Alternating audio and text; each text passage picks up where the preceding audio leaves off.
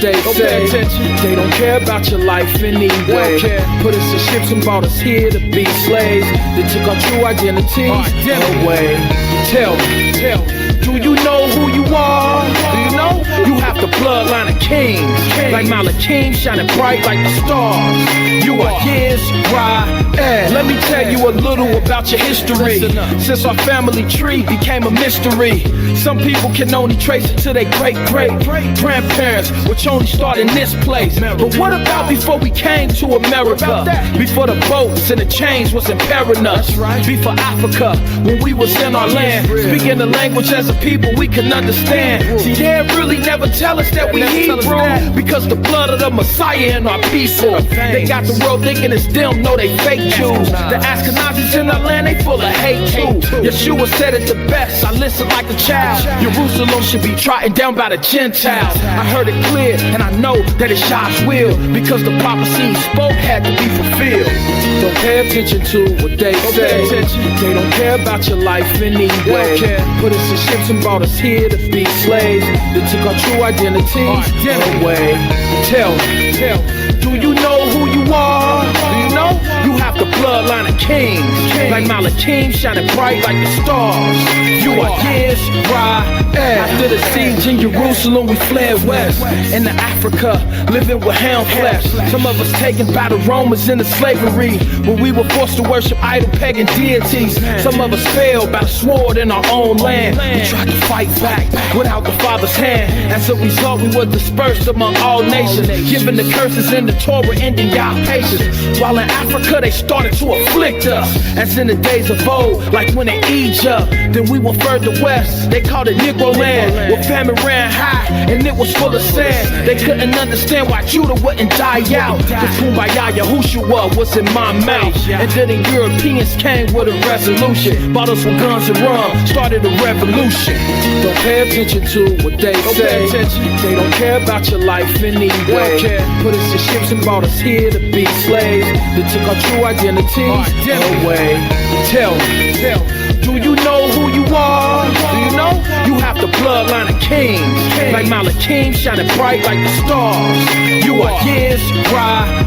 Now we on a slave ship in the Atlantic Ocean, a yoke of iron on our neck, dead bodies floating, whipped and beat on our way to captivity. Nothing to eat, feeling weak, they died in they sleep. Can't enjoy my brother, can't enjoy my sister, because they sold us bondman to the highest bidder. Serving a God who me nor my fathers know. Wouldn't cross stone Jesus, need I say more? Pagan day of worship, honoring the sun, they call it Christianity. Look what we become. Israel, you got the blood of a mighty king. You can accomplish things beyond your wildest dreams, and all you have to do is turn to his law. To keep the commandments is the duty of us all. Live righteous, continue doing well, and praise Yah, you are his bride. Don't pay attention to what they say. They don't care about your life anyway. Put us in ships and brought us here to be slaves. They took our true identities away.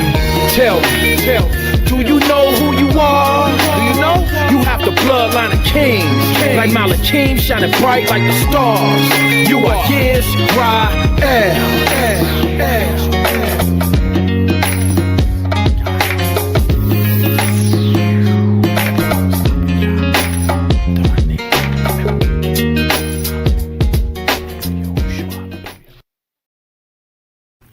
All praises. Shabbat Shalom, family. This is Nazarene Hebrew Institute of Faith.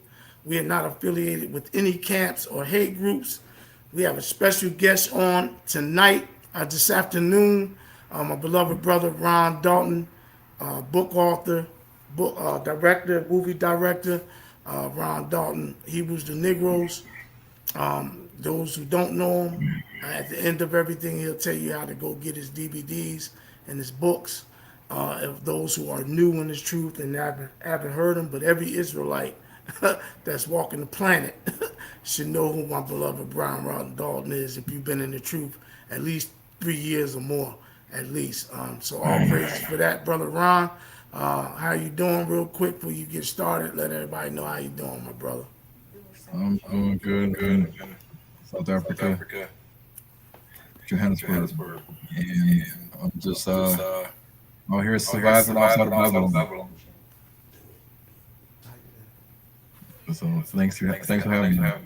All praises. And you let everybody know. You said you in South Africa, right, Ron? Yes, I'm in South Africa right now. That's where majority of the Bantu are, right? No, they're all over. You're in, Okay. Congo and Kenya, Tanzania. They're all over Okay. basically. I thought it was a large amount though in South Africa more than anything. Okay. All right, man. Well, the floor is yours, family. Once he does this presentation, and my sound check sound all right? It sound like it's echoing. They said. Yeah. Okay. It's an So, echo. all right, You're not echoing. So maybe when he speaks, you probably gotta hit. oh yeah. I probably got to mute my mic after I talk to Ron. Okay, so I'm gonna say this real quick. Yeah, we'll get that right, and then Ron, they're asking for you to speak up a little bit, and I'm gonna mute my mic. I'm gonna mute my mic because that's probably why we both echoing right now. So after he does the presentation, y'all can ask some questions, family. All right, Ron, the floor is yours. So am I echoing? Oh, no, I'm not echoing anymore. Okay, that's good. All right, let's see how this goes. Let's see how we're gonna work this share screen. And where are we going to? I don't have any audio, so I don't think I need to share the audio. All right, can you see the screen, everybody? Anybody? Right, so they're asking for the volume. I can see the screen, Ron. They asking for the volume. I got Volume? my volume. Yeah, I got my volume turned all the way up. I think I'm talking loud enough. Do I need to scream or get a little louder? I mean, because I'm right in front of the microphone. Yeah, I can hear you now. All right, can you see the screen? Yes, we can, Ron. Tap of one, you can see the screen, and you can hear Ron. All right, I'm gonna make it bigger. Can you see it now? Can you see the screen? Yes. They're saying yes. So it should be larger than the presentation mode. But okay, so here we go. So, and just stop me if it's too long, because it's a lot of slides, and I'm trying to get through most of it. Ron, whatever you want to do, all I beg that you ask is open the floor up for a few questions, about 15 minutes of questions. You could take long as you want, my brother. I know how you get down. If that's what you choose, the Spirit put you on it to go. If I gave you 2 hours. If you want to go, that's on you. I know how you get down. I respect that. I can go all day with you, Ron. I'm a student. I'm getting ready to get my pen and paper out. All right. Okay, sorry. Okay, so the ancient Egyptians. Let me hide this little thing down here. Okay, the ancient Egyptians today, the bloodline today. So just as the Canaanites existed back then and today, and the Cushites existed back then and today, same thing with the Israelites, the Egyptians, also their descendants can be seen today in various ethnic groups in Africa. And you got to understand that over the course of thousands of years in the different Egyptian dynasties, the Old Kingdom, Middle Kingdom, the New Kingdom, that the Egyptians experienced invaders like the Cushites, the Puthites. Some people might also throw in the Hyksos, the Assyrians and Babylonians, according to some history, and then the Greeks and the Romans.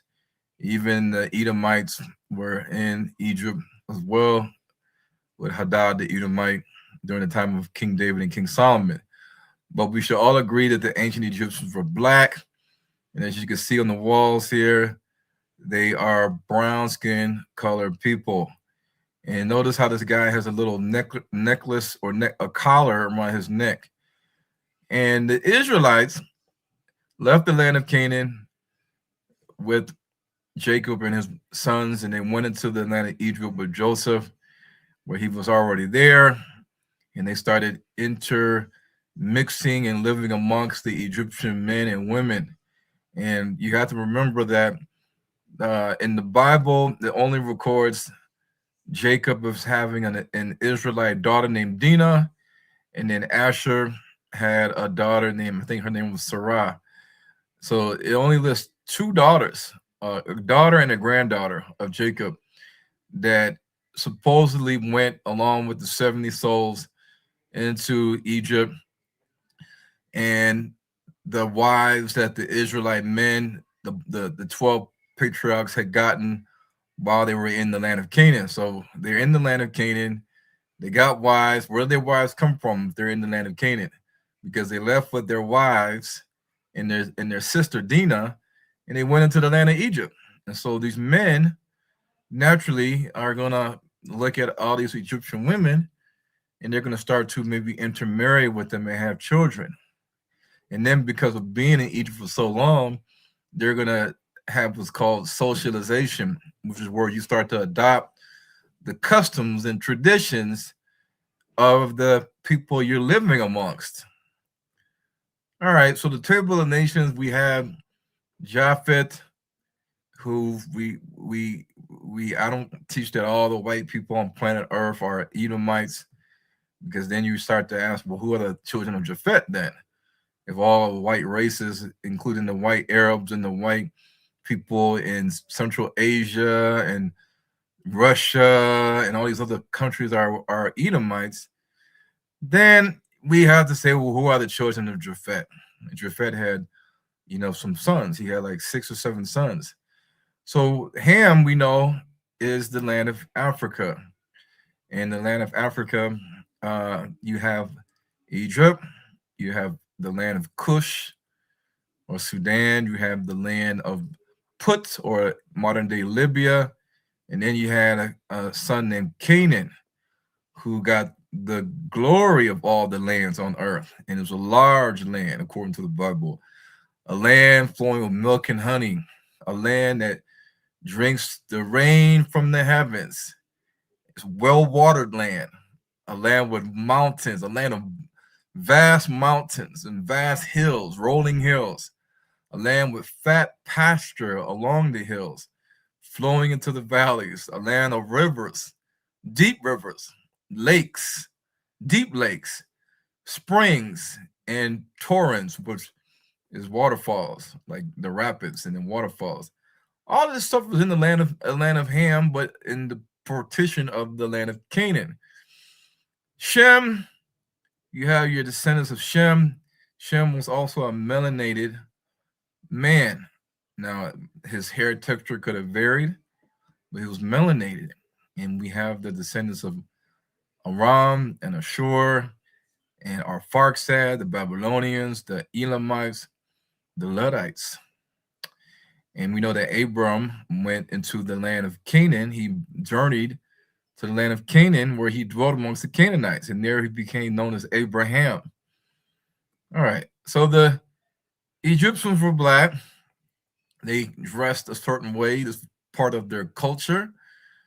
Just like the Israelites had fringes on the corners of their garments, the Egyptians, they had necklaces, and they had things around their forehead, like these head wraps. They had wristbands and nose earrings and all types of things like that. And so we see that the Bantu people, who have the same DNA as African Americans, Caribbean blacks, E1B1A, and these Bantu people, even all the way down to the southern tip of South Africa, they are practicing the same dress that the ancient Egyptians were doing back in the day, with the head necklaces. I forgot what they call those in South Africa, but they sell them all over South Africa.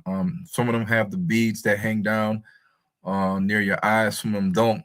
But the neck collar is classic in South Africa. And you see the ancient Egyptians wearing the neck collar, and it's this cloth that hangs down from the neck collar, and the skirt, just like you see the Bantu tribes. This guy is Xhosa in South Africa, the same tribe as Mandela. Mandela also wearing the same traditional South African neck collar that the Egyptians wore. Same thing with the Zulus. the Egyptian dynasties, the leopard skins, which signifies the leopard signifies power and rulership and strength. We see that the leopard skins are also seen in the Bantu tribes in in Southern Africa, East Africa, Central Africa, even West Africa. So all of these traditions and customs in terms of dress has been adopted by the Israelites. Now, they also have Bantu people that wear fringes on the corners of their garments, which that's really another topic of discussion. And I can show the garments with the fringes on the end of it, or twisted hair, or twisted thread, zeets, and where that word comes from. But as you can see, the ancient Egyptians and the Bantu people, you see the same similarities. Even the staff with the ball handle at the top is the same staff that you will see in ancient Egypt, ancient Sudan. You'll see some of the Somalians also carrying this staff, all going back to ancient Egypt. These are all Bantu men. As you can see, this is not made up. This is how they dress in South Africa. Exactly how the ancient Egyptians dress. However, they are the Israelites, and they have the same DNA as you and me and many other people in the Americas. But they are not progenitors of the ancient Egyptians or the son of Ham named Mitzrayim. So in the Bible, it says that many of the other nations, like the Egyptians and the Ishmaelites, they ascended from Egypt to a higher elevation land, which was in sub-Saharan Africa. So they took the Nile upstream to a higher elevation, which was near the mountainous, hilly lands of sub-Saharan or equatorial Africa. And then when it was time for them to leave the land of Canaan, like Abraham left the land of Canaan and he descended down into the land of Egypt, the same way the ancient Egyptians and the Ishmaelites, when they went to Africa, the interiors of Africa, to do expeditions or to do trade, they would descend down. They will go down from a mountainous, hilly area to an area of Africa where it was closer to the shores. And as you get closer to the shores of Egypt or the Mediterranean Sea, you are descending down to a lower sea elevation level, because any countries that's next to the ocean is closer to 0 degrees sea elevation than going into the interiors. So that's what that means, the Hebrew word Yerad. So Hagar, the Egyptian, Hagar was one of Abraham's midwives. Some people may say she was a wife or midwife, but she bore Ishmael to Abraham. And then Ishmael got a wife. He got an Egyptian wife. And these descendants of Ishmael became known as the Arabs, along with the Keturaites. And it even says in Genesis that the Ishmaelites, they were coming from Gilad with their camels, bearing spicery and balm and myrrh, like frankincense and myrrh, going to carry it down to Egypt. And the Hebrew word used for down is Yerad. And this is a story of how the sons of Jacob conspired to sell Joseph to the Egyptians. But in here, in verse 26, in verse 27, they say, come and let us sell him, meaning Joseph, to the Ishmaelites, and let not our hand be upon him, for he is our brother and our flesh. And his brethren were content. They all said, okay. Then there passed Midianites, merchantmen, and they drew and lifted up Joseph out of the pit and sold Joseph to the Ishmaelites for 20 pieces of silver, and they brought Joseph into Egypt. So if the Israelites were in the land of Canaan, and here we have these Ishmaelites and these Midianites, and they were all on the scene, getting ready to go into Egypt. They were on their way to Egypt with camels, but they happened to get Joseph out of the pit. The Midianites sold Joseph to the Ishmaelites, who then took Joseph into Egypt. So the Ishmaelites were not even in Egypt at the time, because they had to leave the land of Canaan to go into Egypt, to carry all these spices down into Egypt.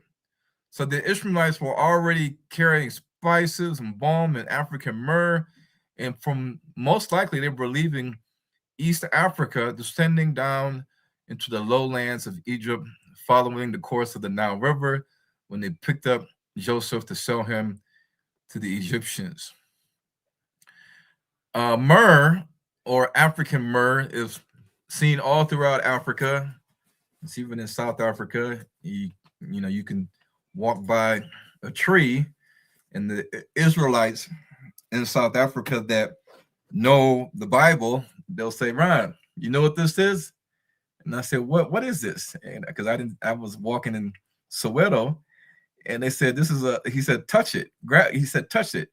I touched this sticky substance on the side of the tree, and then he said, "Smell it." And I smelled it, and it smelled like perfume or some kind of. It had a scent to it.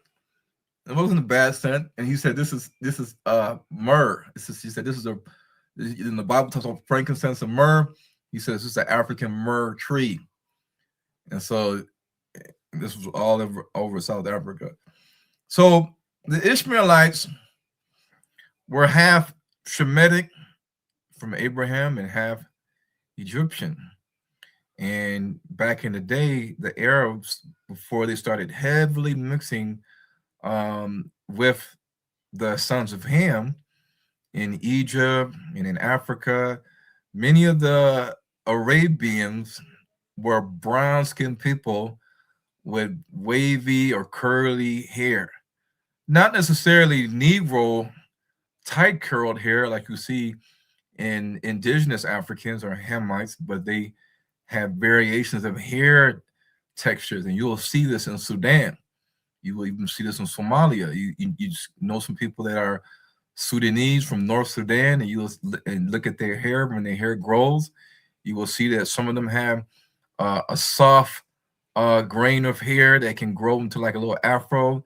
Some of them have a little bit of a curly texture to their hair that kind of looks on the side like they're biracial. They have that biracial hair texture, sort of like Chris Brown and others that are sort of biracial, like Drake. And so they lived in, and they were not unfamiliar to the lands of Ham or the lands of Canaan or the land of Egypt, even going into Arabia. They were dwelling along this area, because along this area you will see more arid, dry conditions. And when you have arid, dry conditions, you're going to see camels. So you see camels in Africa, you see camels in the Middle East, you see camels in Egypt.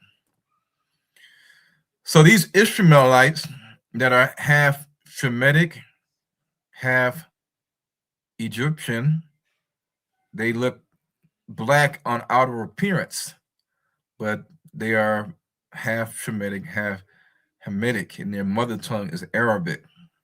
And so you'll see different kids and men that have darker skin tones than me and many other African Americans, but they have variations of curls in their hair. Some tightly curled hair, some soft grain hair, some loosely curled hair. And this was common in Africa, in the Horn. All right, so when we look at the DNA of people that are in East Africa, in the Horn, even in Northeast Africa, like Sudan, going into Egypt, you'll see that everybody on the outside, the phenotype, they look black. They have black skin tones, melanin, and their hair texture varies. So you can see from the Eritrean to the Ethiopian to the Somalian, Sudanese. These are Eritrean, and Somalian men, as you see here, and their hair looks just like how some African Americans wear their hair. Yep. But on the DNA side, the majority of the Sudanese Arabs, or the Ishmaelites in Sudan, they have the maternal DNA L3 on the mother side. So the mothers that are birthing these Ishmaelites that are living now in northern Sudan, the capital is Khartoum, they have the maternal DNA L3. And these are the various Arab tribes like the Ja'alin, the Messeria, the Arakian. That's the number one maternal DNA haplogroup that they have, followed by L2, and then L0A1, and then L1. Now, African Americans, we have also L3, we have L2, we have L0A1, which is seen in African pygmies. But when it comes to L3, L3 is specific to those that have had interaction and admixing with Egyptian women, or Egyptian women foremothers, if you will call it, not forefathers, but foremothers, like going back thousands and thousands of years. So you have your L3-1, your L3X, your L3Hs, your L3E, your L3Bs. All of these L3 subclades are various ages in terms of thousands of years. And some of the oldest L3 haplogroups are seen in the Horn of Africa, of course, because this is where many of the ancient Egyptians migrated to after numerous invasions by the Greeks and the Romans. And then also the Israelites had a lot of Egyptian mothers that they were birthed through, and then they left. Because remember, the Israelite men, they married Egyptian women, like Joseph. He had an Egyptian wife. Ephraim and Manasseh was birthed. And then after a period of time, the Israelites, including Moses and his children, they left. They left that land, bringing with them the maternal DNA of the ancient Egyptians from the mother and the ancient Cushites. And they brought it down into East Africa, the Horn of Africa. And we're going to talk about that. So L1B, which is the fourth most common maternal DNA seen in Horners, is also seen in sub-Saharan Africans like the Mandinka and the Mande and the Yoruba, and also in people living in the Nile Valley. Also the Mende tribe in Sierra Leone, the Akans, the Ashantis and Fantis in Ghana, and the Fulanis all across Africa. They are seen in very low to moderate levels in the African pygmies. But we're going to focus on another specific haplogroup because L2A, or the L2 haplogroup, is seen in the ancient Libyans, like the Tuaregs in Libya, and they're also in Chad and Niger and Mali. The L2A1 haplogroup is also a marker that comes from North Africa, where you have Egypt and Libya. So the Somalians that are Muslim now, they are a direct descendants of the people that lived in ancient Egypt and ancient Put, Somali, or not Put, but the Libyans, Put or Libya, however you want to use the word. And so the maternal DNA L0A1D. In L2A1, seen in Somalians, but L2A1 and L0A1D is also seen in the African pygmies. It's seen in the Akan people. It's seen in Black Arabs and Egyptian Libyan Arab mixtures. Well, why is the maternal DNA L0A1 and L2A1 seen in the African pygmies? Why? Well, you got to look at the fact that a lot of the Israelites the men, when they came into Egypt, they had already had Canaanite mothers from the past, and they had Israelite fathers. So naturally, when they brought this DNA from the African pygmies, because the pygmies are the Canaanites that I teach, now you had the DNA of the pygmies that would be in the land of Egypt. So men and women that were in Egypt at the time, brought by the Israelites, they will carry this maternal DNA haplogroup. And let's say one of the Israelite women that's carrying this maternal DNA haplogroup from a Canaanite woman, like Judah's first wife was the daughter of Shua, Bathsheba. Let's say there was a woman, an Israelite woman, or a descendant of an Israelite man who was a daughter, and she's walking around in ancient Egypt, and an Egyptian man likes her, and then he marries her. They have children together. Well, this Egyptian man now is going to have a son and a daughter with the maternal DNA of this woman whose maternal ancestor is a Canaanite woman. Hence why we see certain DNA haplogroups in us, African Americans, also in Somalians, because the Israelites were swapping back and forth. The Israelite men were having children with Egyptian women, and the Egyptian men were having children with the Israelite women. So the original paternal Y-DNA of the noblest clans of the Somalians, like the Dur clan and the Isak clan, these ancient lineages, prior to any Shemitic admixture from Abraham's seed, Edom's seed, Joktan's seed, Moab and Ammon's seed, was TM184. This is still seen in the chiefs and kings and noble blood lineages, they might call royal lineages, of the Dur and Isak clan. And usually a noble royal lineage of any clan or tribe means that it has ties back to the ancients. Ties back to the ancients, meaning that it's not bastardized. So they still carry the ancient maternal DNA TM184 that existed before Egypt had these so-called, the scientific world would like to call them Asiatic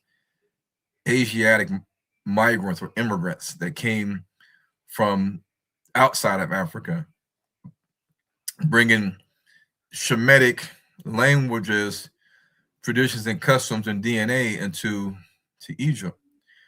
So when you look at Somalians today, because we have had thousands of years that the Somalians are now in the Horn of Africa, but they once were in North Africa, and then we have the Arabs coming on the scene, we have Abraham on the scene, we have Edom on the scene, we have the Israelites on the scene.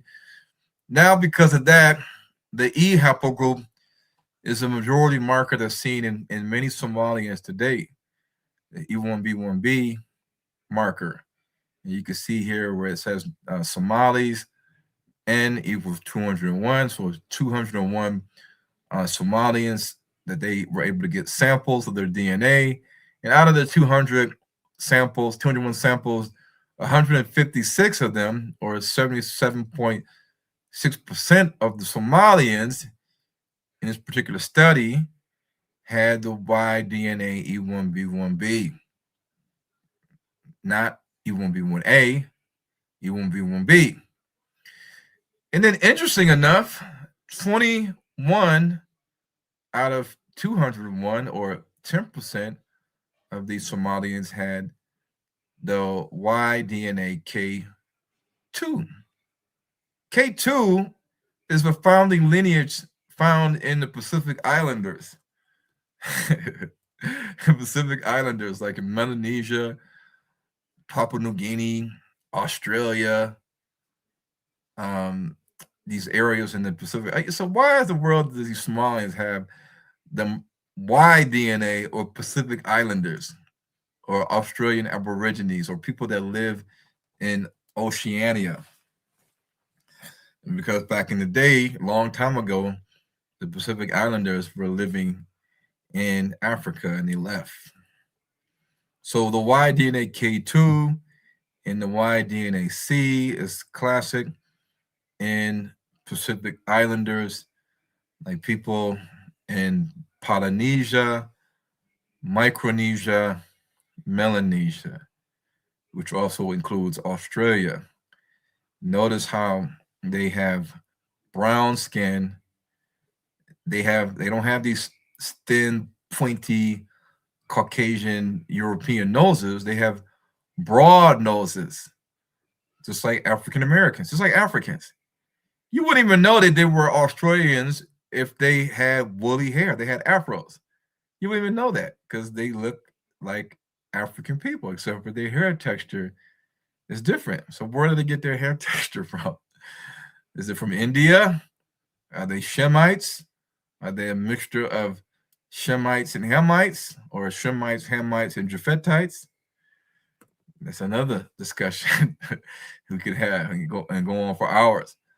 The Fulani Y-DNA haplogroup is also consisting of the same DNA haplogroup that Somalians have, E1B1B. But the Fulanis also have the Y-DNA R1B that is seen in the Tuaregs and the Fulani and not the Fulani, but the Tuaregs in the houses that are connected to the descendants of Put with some Kush mixture, but mostly Put. And we have E1A, which is seen in West Africa, and J1. J1 is tied to the Black Arabs in North Sudan. They got the J1, which is also seen in Arabia. So notice how they look. Their faces are slender. They got a different look to their face than some African Americans or typical Africans. Somalians have people that are the closest ethnically to them. When you look at the genetic distance, you see that the Somalians in Kenya, Ethiopians, the Oromos, the Voliata, the Ethiopian Jews, Amhara, Ethiopian Agao, Afar, Tigray, Eritreans, Datog, also the Ari tribe, the Ogiek tribe, the Fulani, the Maasai. I'm just reading down the list. And way at the bottom, you'll see the Kikuyu, which is a Bantu tribe in Kenya. So the Somalians naturally have genetic ties and connection to people in Ethiopia and in Kenya. So when you look at Ethiopia, you see that the major languages in Ethiopia are the Cushitic languages, the Semitic languages, the Amharic languages, and the Nilo-Saharan languages. The word Cushitic languages that the white man simply put together simply is a cover-up for the Egyptian language. That's really what it means. I don't know why they use Cushitic, but it is Egyptian. All right, so let's see here. As you can see, the Somalians standing in the ancient statuettes, they're black. They got the white skirt. Well, it's not maybe not a skirt, but a half robe around their waist to cover their genitals. And we see the Somalians and Djiboutians do the same thing. Somalians genetically, culturally, linguistically, even in terms of their oral history, they are the closest Africans to the ancient Egyptians. They have brown skin tones. They have sometimes a different shape of their skull, their teeth, their mandible, and their maxilla. Their jaw is different than Negroes, but they got woolly hair. They got woolly hair. They got woolly hair, just like us. And they have the picks, like the Egyptians had these Afro picks in ancient times. So do the Somalians, and they wore the white tunics.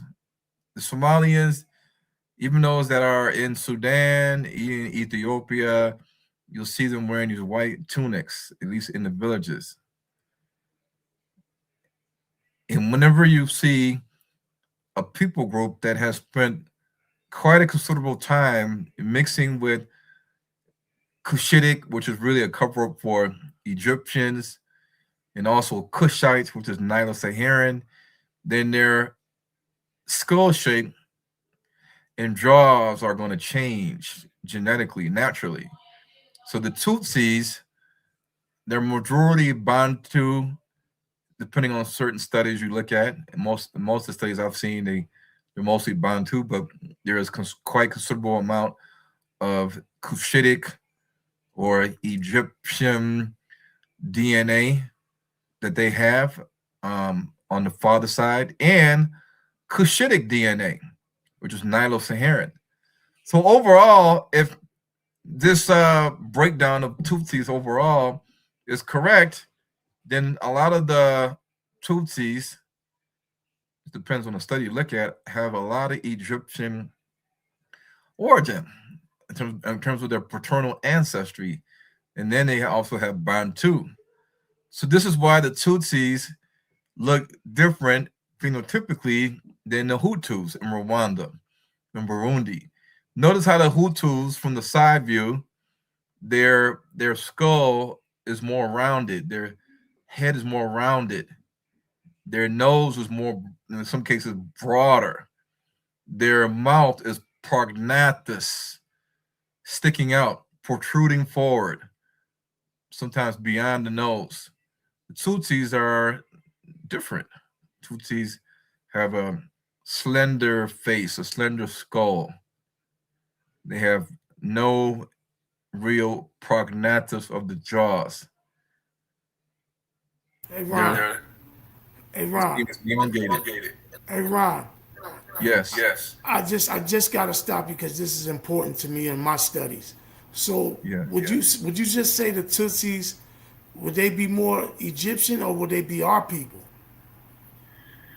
Well, it depends on the studies you see, but the only way you'll be able to find out if the Tutsis, which ones are the Kushites and which ones have Israelite ancestry, is to do their DNA test. That's the only way, because when the Israelites left as a mixed multitude, some of the people that left with them, they had Egyptian fathers and Israelite mothers. So that's why you'll see the Egyptian man and the Israelitish woman, and the little boy strolling in the camp together. Because at that time, it was not uncommon for the Israelites in their camp to have an Egyptian man that's married to an Israelite, and vice versa. So we will all kind of look the same, but then you wouldn't really know who your paternal forefather is unless they knew that my grandfather is an Egyptian, but I'm still with you guys, Israelites, or my grandfather was an Israelite. So the Tutsis, a lot of them do have E1B1A, but there's some of them that don't have E1B1A. They got That's what I thought. Okay. All right. All right. So Egypt extends all the way down to what we would call Lower Nubia. Nubia is just a term that the Greeks used. It's sort of replaced the word Ethiopia, or synonymous with Ethiopia, or Kush. And so they'll use the word Nubia instead of Kush, when we know that Kush is the Hebrew word, Nubia is the Greek word. So when Egypt gets down towards the first cataract and the second cataract, where you have the border of modern-day Sudan in Egypt, you'll see the word Lower Nubia. where you have Aswan, and then you'll see Lake Nasser, and then you'll see on the other side of the Egyptian Sudanese border, you'll see the Upper Nubia, and the Nubian Desert, and the second cataract, and the third cataract, and the fourth cataract, and the fifth cataract of the Nile River, and then past the fifth cataract of the Nile River, you have the capital of the Kingdom of Kush, which is Meroe. So Lower Nubia, Upper Nubia, Kerma, Kadruka, all these particular lands were lands that, depending on the timelines of the Egyptian dynasties, the Egyptians controlled, they ruled, they dominated, and then the Kushites ruled, they dominated, and then the Israelites were kind of mixed in these particular areas as well, living in the greater borders of Egypt and Upper Kush land. All right, so talking about the Tutsis that we talked about earlier, the Tutsis in this particular study they did on the Tutsis in their DNA haplogroups, you'll see that out of all the Tutsis, which was 46 samples, this is the Y-DNA distribution haplogroup, the Tutsis, out of 46 samples. Now they could have randomly went to some area in Rwanda and picked out 46 Tutsi men and said, we're gonna test you guys. And they said, okay. And then they got tested, and out of the 46, the majority of them had E1B1B, EM239, which is seen in East Africa, it's seen in South Africa, it's seen in Central Africa. Not the majority, but it is seen there. Then the second highest haplogroup that they had is E1B1A. And then after that, they had A, which is connected to Kush, like the Dinka tribe.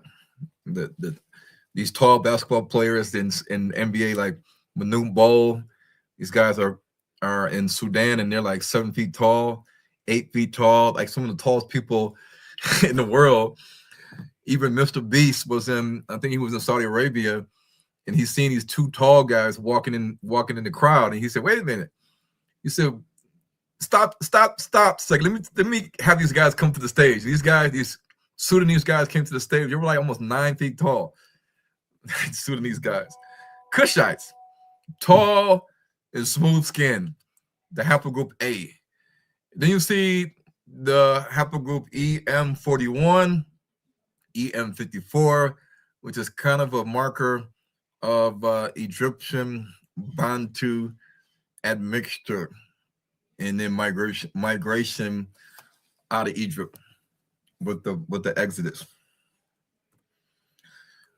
So the Tutsis, as you can see here on this particular study, in this study they have majority E1B1A, because E3A is E1B1A. E3A is E1B1A. E3B is E1B1B. So it depends on the study. And the Tutsis, they also claim to be the descendants of the Jews. They might call themselves the Kushite Jews, the Jews that have connections to the land of Kush in Egypt, and they may have mixed a lot with them and absorbed them into their camp. And this is the reason why the Tutsis are usually taller than Bantu people, because they have had mixing with the Egyptians and the Kushites. East Africans are normally taller, just like Somalians, than Bantu people in Central Africa, South Africa. So in Africa, Sub-Saharan Africa, the most common haplogroup, second most common haplogroup is E1B1A7, E1B1A7, which is the light purple, and then also the dark purple. And this shows an frequency of 23% and is moderately high in all Bantu and pygmy groups, because the pygmies, if they're the Canaanites, we know that some of the Israelite men intermarried with the Canaanite women. They took their daughters to be their wives. So they had children with the pygmy women. And these offspring had Israelite fathers. Now, whether or not these children were allowed to come and live amongst the Israelites, or these men were just popping out babies and sending them back to their mothers in the pygmy camps in the forest of Central Africa, we don't know that. They could have, because this is common in the Black community. Men have children with women and just say bye-bye, and then they leave the boys and the girls with the mother, and the mother takes the children back to her family. He said, the daddy left me. He slept with me. He left me with these children, and the children will be raised by who? The mother and the pygmies living amongst them. So this is the reason why the pygmies also can be seen with E1B1A7, which is an Israelite father lineage. So these are seen in Nigeria and Cameroon, and then we also have E1B1A, which is like the precursor for E1B1A8, which is seen also in West Africa, Central Africa, seen in East Africa, and we see the DNA of the pygmies B, and also African groups as well. All right, so in the Nubian, in 83% of the Nubian samples, Nubia is part of the southern part of Egypt and the northern part of Sudan. So lower, I wouldn't call it lower because it's in the way the Egyptian maps are. Upper Egypt was at the bottom, lower Egypt was at the top near the Mediterranean Sea. But nevertheless, the southern part of Egypt was considered Nubia as well. And when you look at the people that lived here, whether it was Egyptians or Edomites or Ishmaelites, the predominant DNA haplogroup is L3, just as it is seen in the Somalians. Second is L0A, which is a classic DNA haplogroup seen in the African pygmies, who are the Canaanites, who are the mothers of the Israelites. And you see this throughout sub-Saharan Africa. And then number 3 is L2.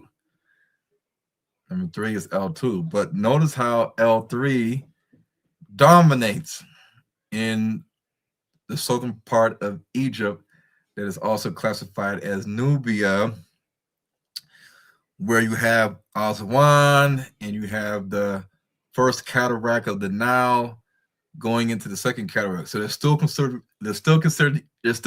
Egyptians. The Greeks just came along in that area and said, no, you're gonna call this land Nubia. But the Nubians also have a smaller percentage of other non-African DNA haplogroups on the maternal side, like M, which is seen in Arabia, in India, N1A, which is seen in Saudi Arabia, in Yemen, in India, R0, which is seen in Saudi Arabia, in Yemen, and then U6, which was seen in North Africa.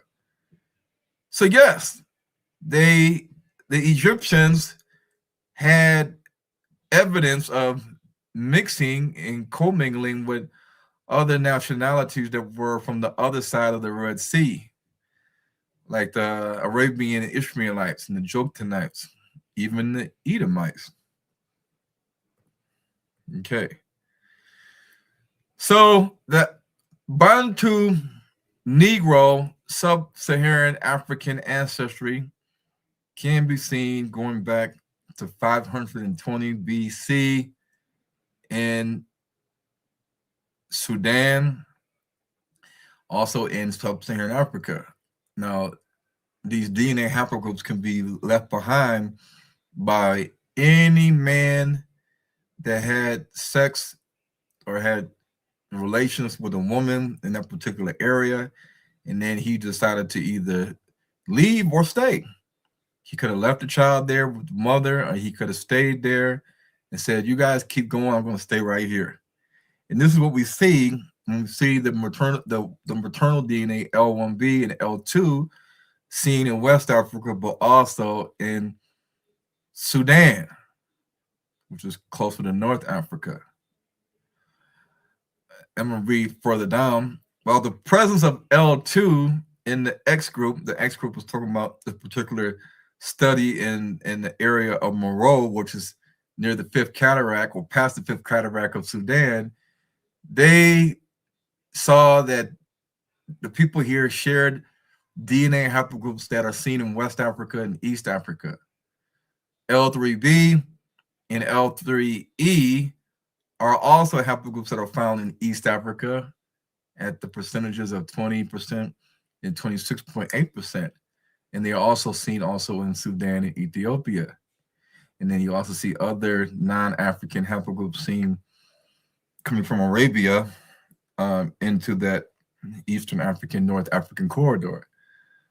So North Africa, East Africa, West Africa, you will find traces of the L1B and L2 haplogroups. In the L1B haplogroup is then carried from sub-Saharan Africa into Spain and Portugal, where it resided there for hundreds of years until after the Spanish and Portuguese Inquisition, and Black Jews were banished from Spain and Portugal, returning back to Africa and Portuguese and Spanish colonies on the coast of Africa and then in the Americas. So this is the reason why some African Americans are going to have L1B, they're going to have L2 as well.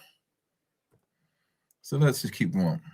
So when we look at the Somalians, the ancient Egyptians, the Bantu people, the Negroes, African Americans, we can also look at their jaws, their lower jaw, the mandible, in the upper jaw, the maxilla. And you can measure the angles of the jaw. You can measure the protrudence of the upper and lower jaw. You can measure the teeth protrudence of the jawbone. The ancient Egyptians, they really didn't have any prognathous jaws unless they had some Israelite fathers, or they had some fathers that were Negro or pygmy. Majority of them, they had these type of skulls, slender skulls that the white men would say, "Oh, these are Caucasoid Egyptians. These are white Egyptians." They see the Egyptians were white. Look at their hair. Look at their face. Look at the side of their face. Oh, this was not a Negro, because the Negroes have prognathous jaws sticking beyond the nose, the bridge of the nose, and where the nose actually starts. If the cartilage of the nose isn't there, like when you have a skeleton, you don't have a nose. It's just a hole for the nose. But the Negro's mouth and teeth and jaws protrude past the opening of the nose hole on a skeleton. But the Egyptians preserved their mummies so that you don't see just a skeleton head like He-Man and Skeletor. You see that these Egyptian mummies have hair. They got eyelids. They got a nose. They actually got a nose. Not a hole for a nose. They got a nose. They got skin. They got skin overlying your cheek bones. They got lips. You can see their ear. Not even a hole for the ear, because the ear is just basically a hole.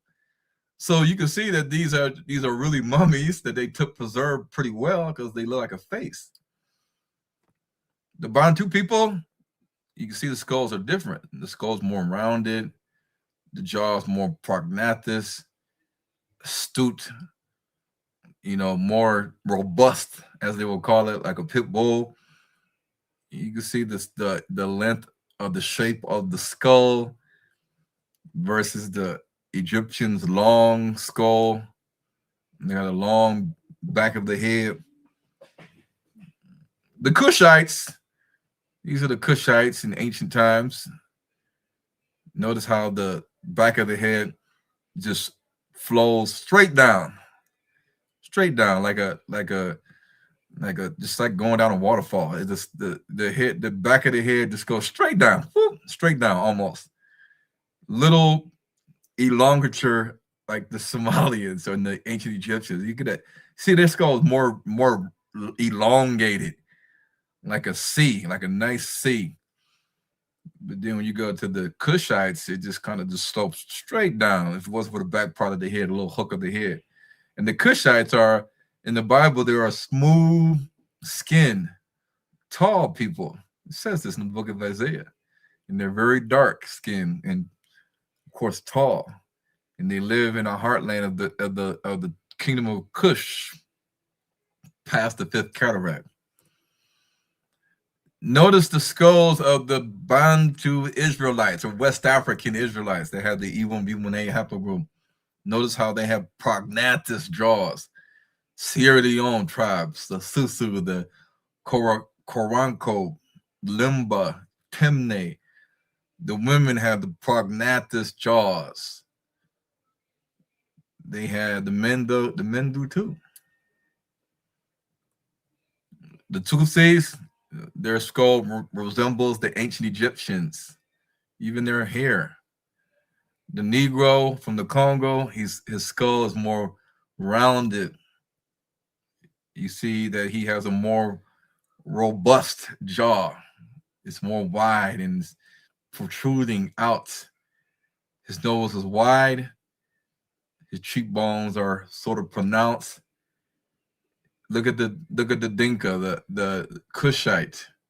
His head is more slender, not rounded. All right.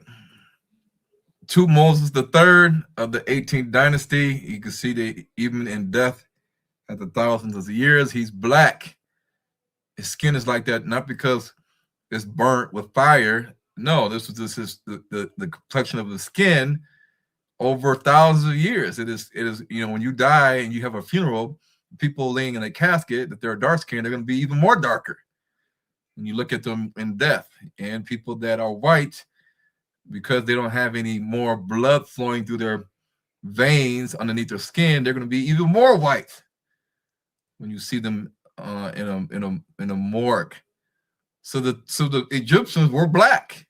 Yes, they were brown skin. They had melanin. You cannot have this type of skin complexion without no melanin. But these ancient pharaohs of ancient Egypt, they had the Y DNA T, A, and E, which is seen in Africa. White people, when they die, because, like I said, they don't have blood underneath their skin, no capillaries, no veins, no arteries, no blood. The blood is gone. The blood is gone. So you're not going to have any complexion to give it that pink or a light brown appearance. It's going to be straight white.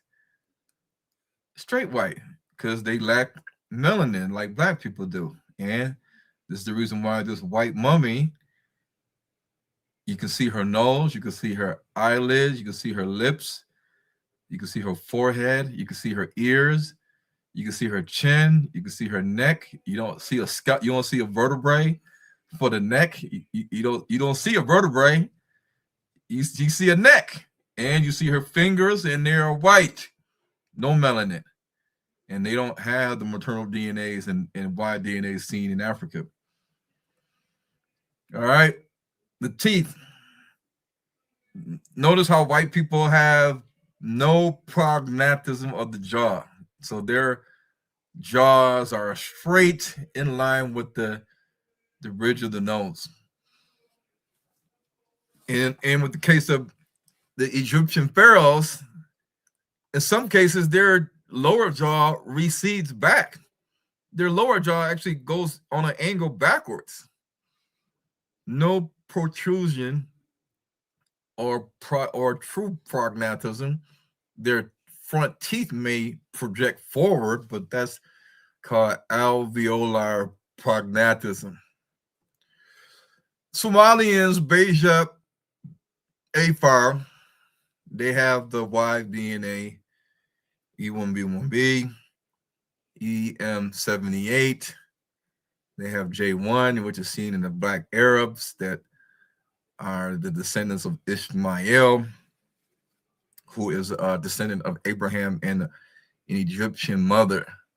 They also have TM184, just like the Somalians do, the Noble clan.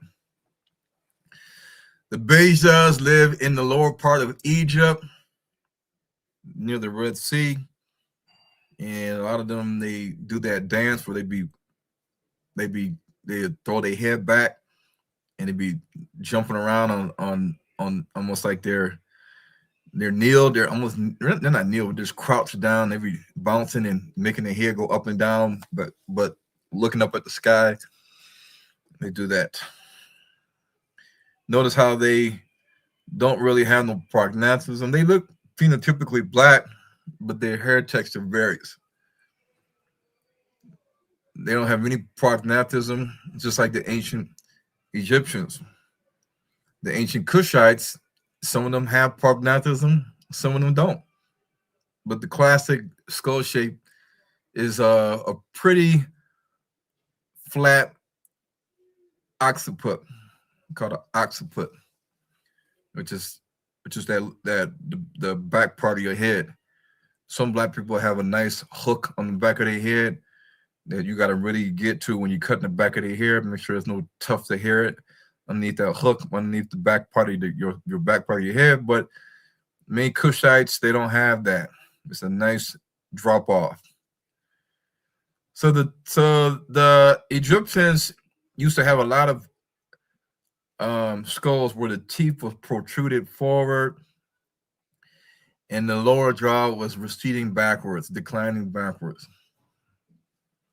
And they had a rounded occiput, which is the back of the head. I'm sorry.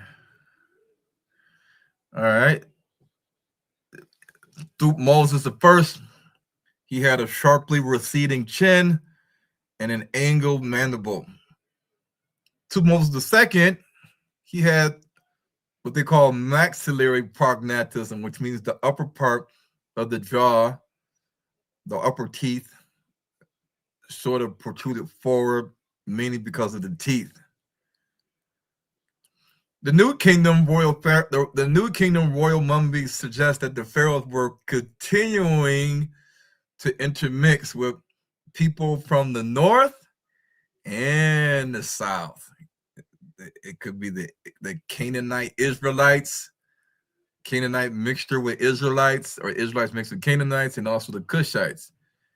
In the late 14th dynasty and the 18th dynasty, the royal mummies displayed the strongest Nubian affinities in terms of maxillary protrusion, as measured by these angles, SNA.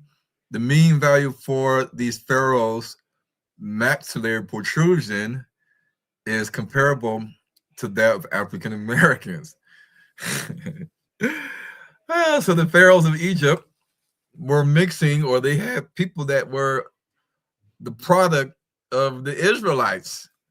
And in the case of the Egyptians and how they determine who could be a pharaoh, all the pharaohs had to be of a queen mother lineage, meaning that if the queen mother had daughters who were the princesses, then all these girls had to do that are descendants of the queen mother, all they had to do was be of the royal lineage of their queen mother.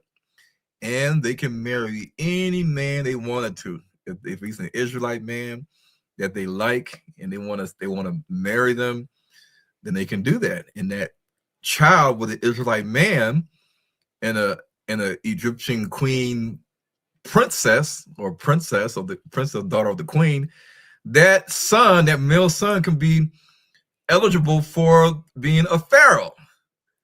So this is how Ramses III has E1B1A, because nobody knows who his father was.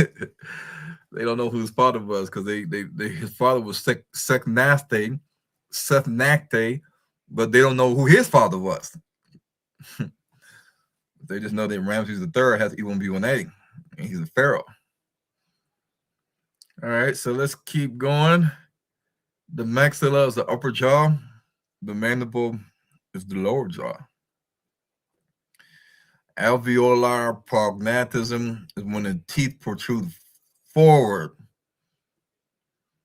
So maxillary prognatism is not true prognatism because both the top and the lower jaw have to protrude forward to be the same as what the Negroes have. So the Egyptians had some maxillary prognatism, but they didn't have both maxillary and mandibular prognatism. Negroes have that. African Americans, Pygmies have that. Sub-Saharan Africans, Bantu, Nigerians, Ghanaians, they have that. Congolese. The white man, no, he doesn't have that. The Negro, Bantu man and woman have that. So this woman from the Congo, you can look at her from the front and tell that she has some protrusion of the jaw. She has a wide nose or rounded face. This is also a Congolese woman, Bantu. Prognatism of the jaw. The first slaves were taken from the kingdom of Ndongo in Angola, which was a vassal state of the kingdom of the Congo. And these slaves that were taken from Angola were taken on the White Lion to the Americas in Virginia. First slaves, 1619. Negro man, prognatism of the jaw. Wide nose, protrusion of the jaw.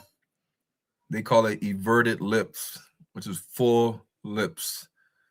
Everted lips. Inverted lips is what Caucasians have. Congo, Bantu, prognatism of the jaw. Negro del Sudan, prognatism. And notice how the back of his head just goes straight down like a waterfall. And we already saw this picture. Negro man, Bantu, Congolese from the Mongol tribe. He looks like a regular African American guy that you can see anywhere in America. Michigan, Florida, Georgia. Typical black man. And he's from the Congo, Mongol tribe. Yeah. So the differences in the Egyptians and the Cushites, we need to differentiate sometimes.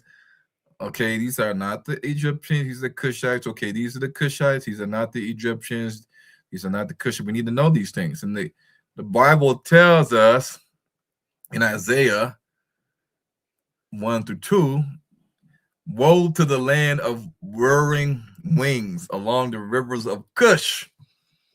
So we're talking about the Cushites here, which sends envoys by sea in papyrus boats over the water.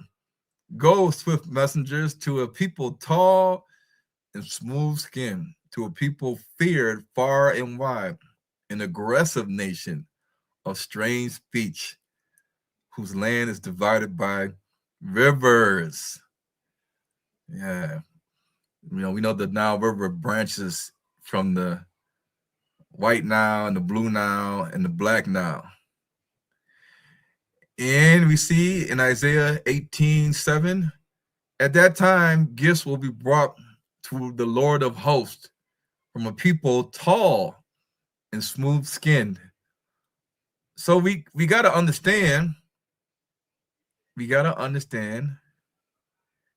And this is even deeper. From a people widely feared, from a powerful nation of strange speech, whose land is divided by rivers to Mount Zion, the place of the name of the Lord or Yahuwah of hosts.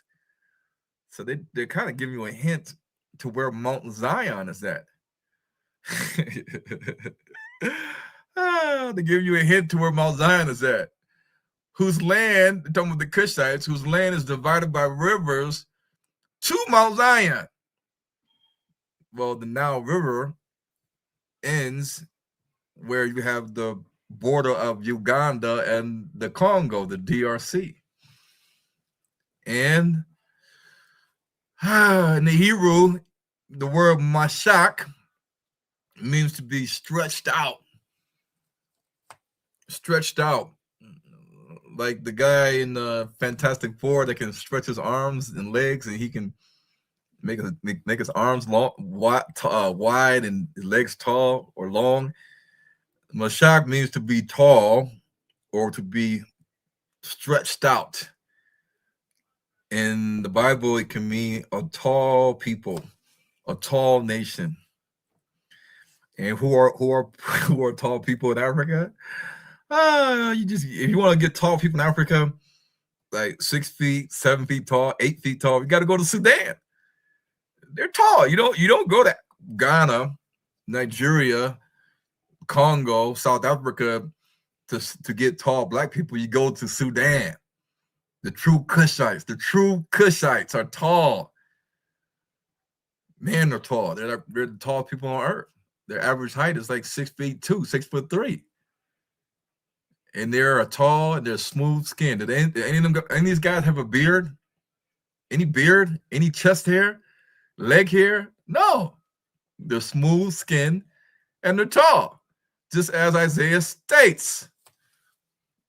You come down, if you're 6'5" and you come down to sub-Saharan Africa, like South Africa, they're gonna say American, because they know that you're not an average Bantu, because you are taller than the average African in sub-Saharan Africa. They're gonna tell you this. You must be American. Why? Because you're tall.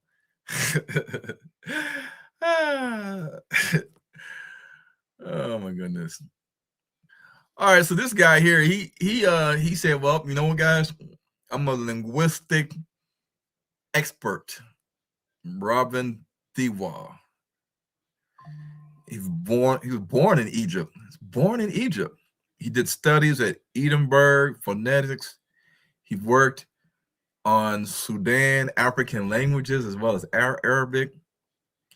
He is a Canadian language expert, but he also studies Old Nubian or Old Nobin, which is the language of the Cushites, And he said that from his studies today in the world, that the Old Nubian Cushite language shares up to 27% the same vocabulary with the Dinka tribe in South Sudan. The Old Nubian language of the Cushites became extinct. It became extinct at the time that the Arabs started to invade Africa around the 8th century AD.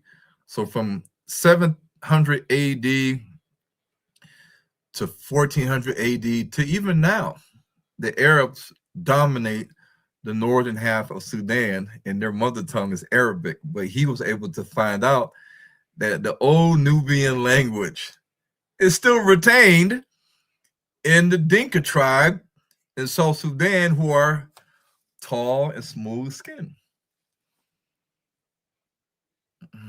The people that lived and ruled the kingdom of Nabatea, the kingdom of Makuria, the kingdom of Oladia.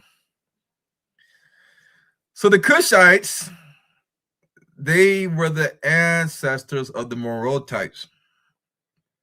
They founded the kingdom of Kerma, the kingdom of Kadruka, and the kingdom of Cush.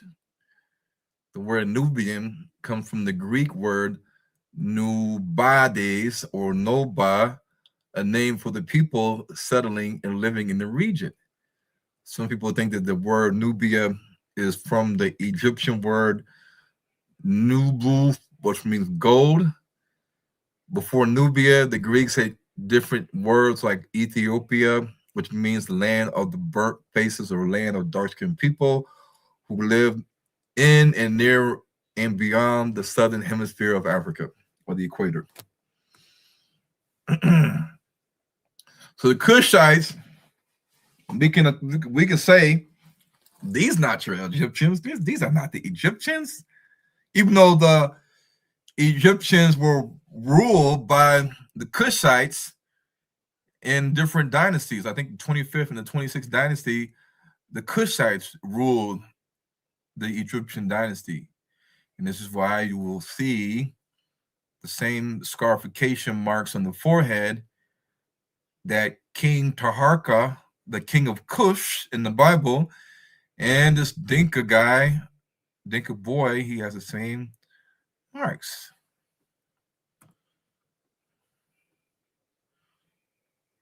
The Dinkas are in Sudan, which is not the land of Egypt.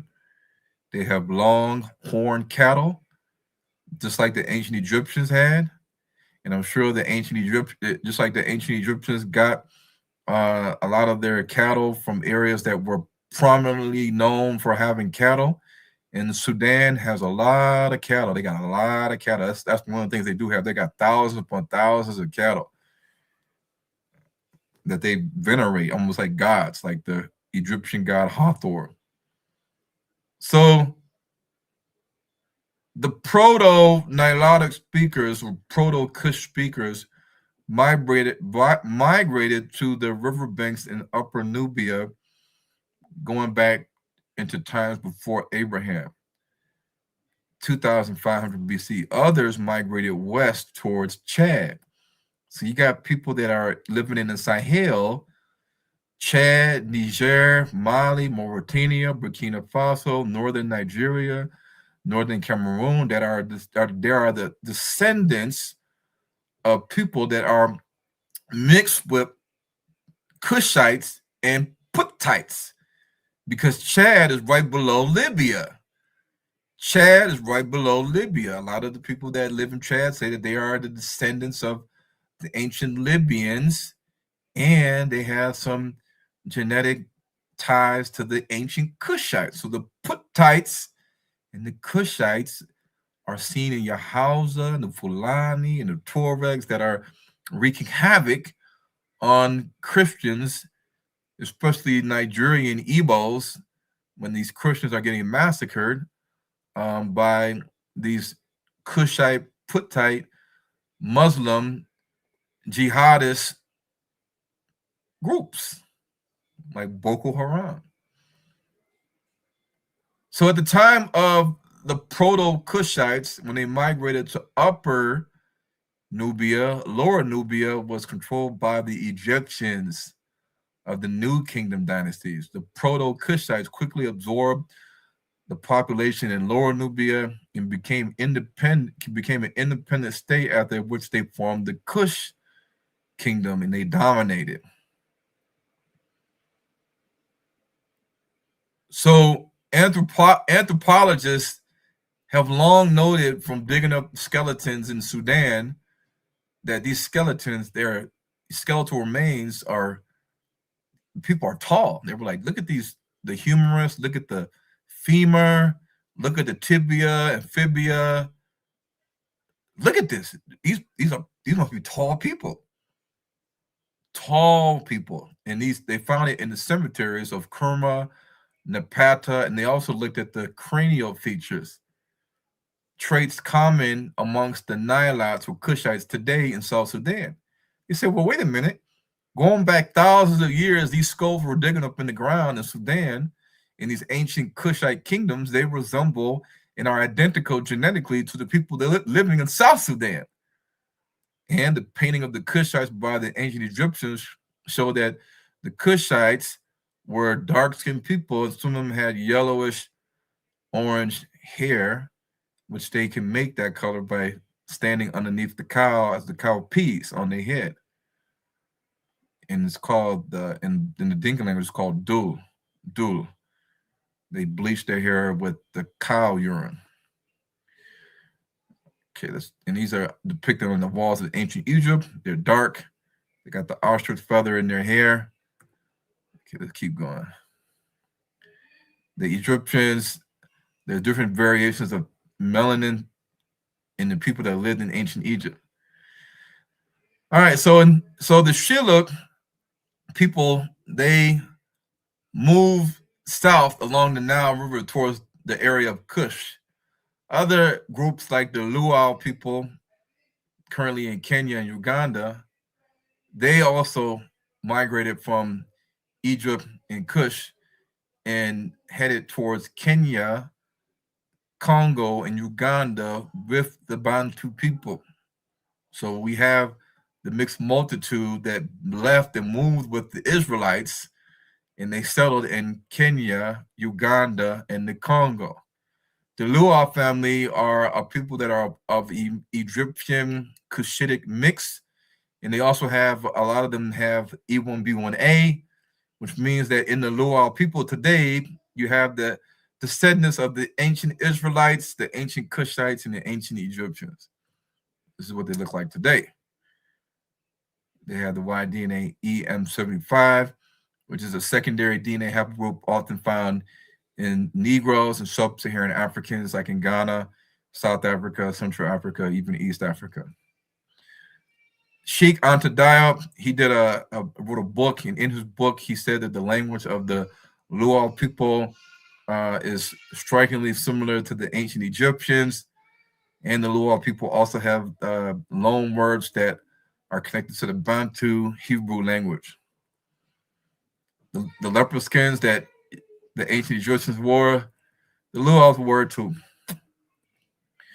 The Egyptian priests wearing the leopard skins is also seen in sub-Saharan Africa, West Africa, Central Africa, even South Africa with the Zulu tribe.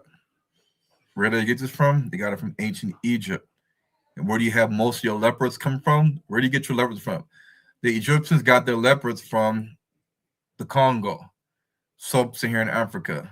Leopards and black panthers live around areas that have trees and jungles. Remember, you're not going to walk in a savanna, an open plain in Africa, and you're going to see a leopard or a black panther. You're not going to be walking in the plains of Kenya or South Africa and say, hey, there's a leopard. No, if it has leopard spots, it's most likely a cheetah. And you'll see a lion. The leopards live near the trees in the mountains. So the leopards, the Egyptians, had to have traveled deep into the Congo, Uganda, Central African region to get the leopards. These exotic animals, jaguars, not jaguars, but panthers, and bring them back down the Nile to Egypt.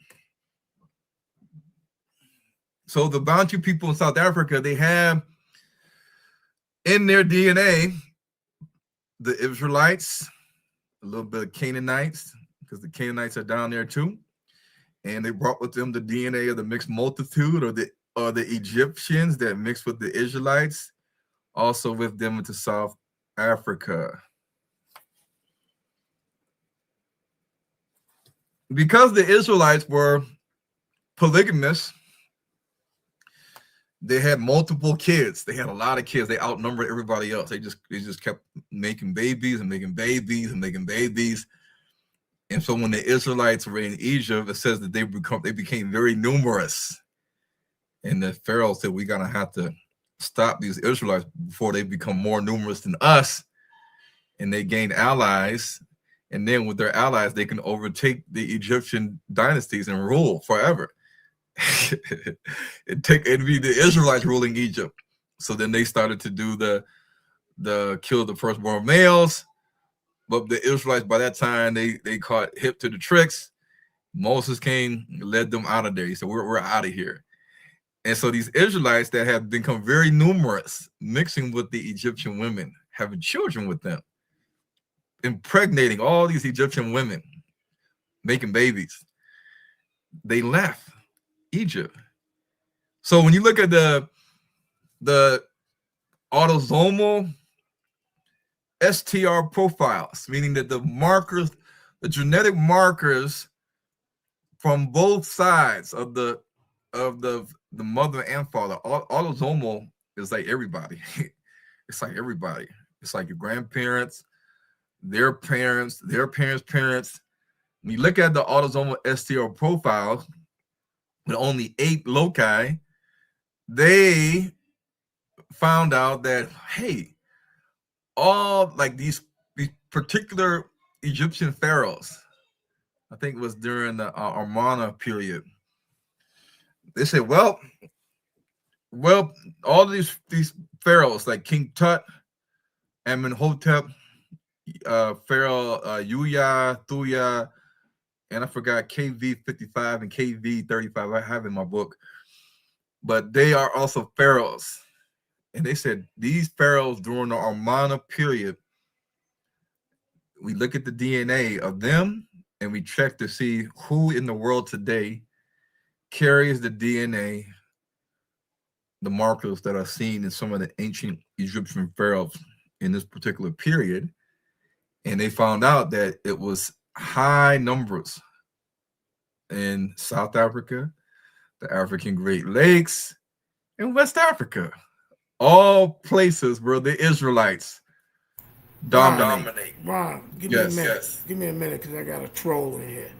My brother, you can disagree. It's okay. Just don't be a distraction. I asked you, do you have any books, DVDs, or do you teach anywhere on your channel for your position? For you keep saying you disagree, so we can go look at it. Don't interrupt the presentation. If you got questions afterwards, you can ask questions. If you got any material you teach, if you claim you Kemet or whatever you are, put it in the chat so we can cross-examine it, brother. So don't come in here just saying you disagree and you're not a teacher, you don't have any literature, you don't have anything to stand on. Okay, so just be respectful. It's okay you disagree, but don't come in being a distraction because it makes me seem like you're just trolling, all right? And you can listen and disagree. And you can hit the link afterwards too if you like. All right, there we go, Brother Brown. Okay. All right, so what that means is, here's an example right here. So, for instance, if you have a score of 743,000 for the Republic of Ireland,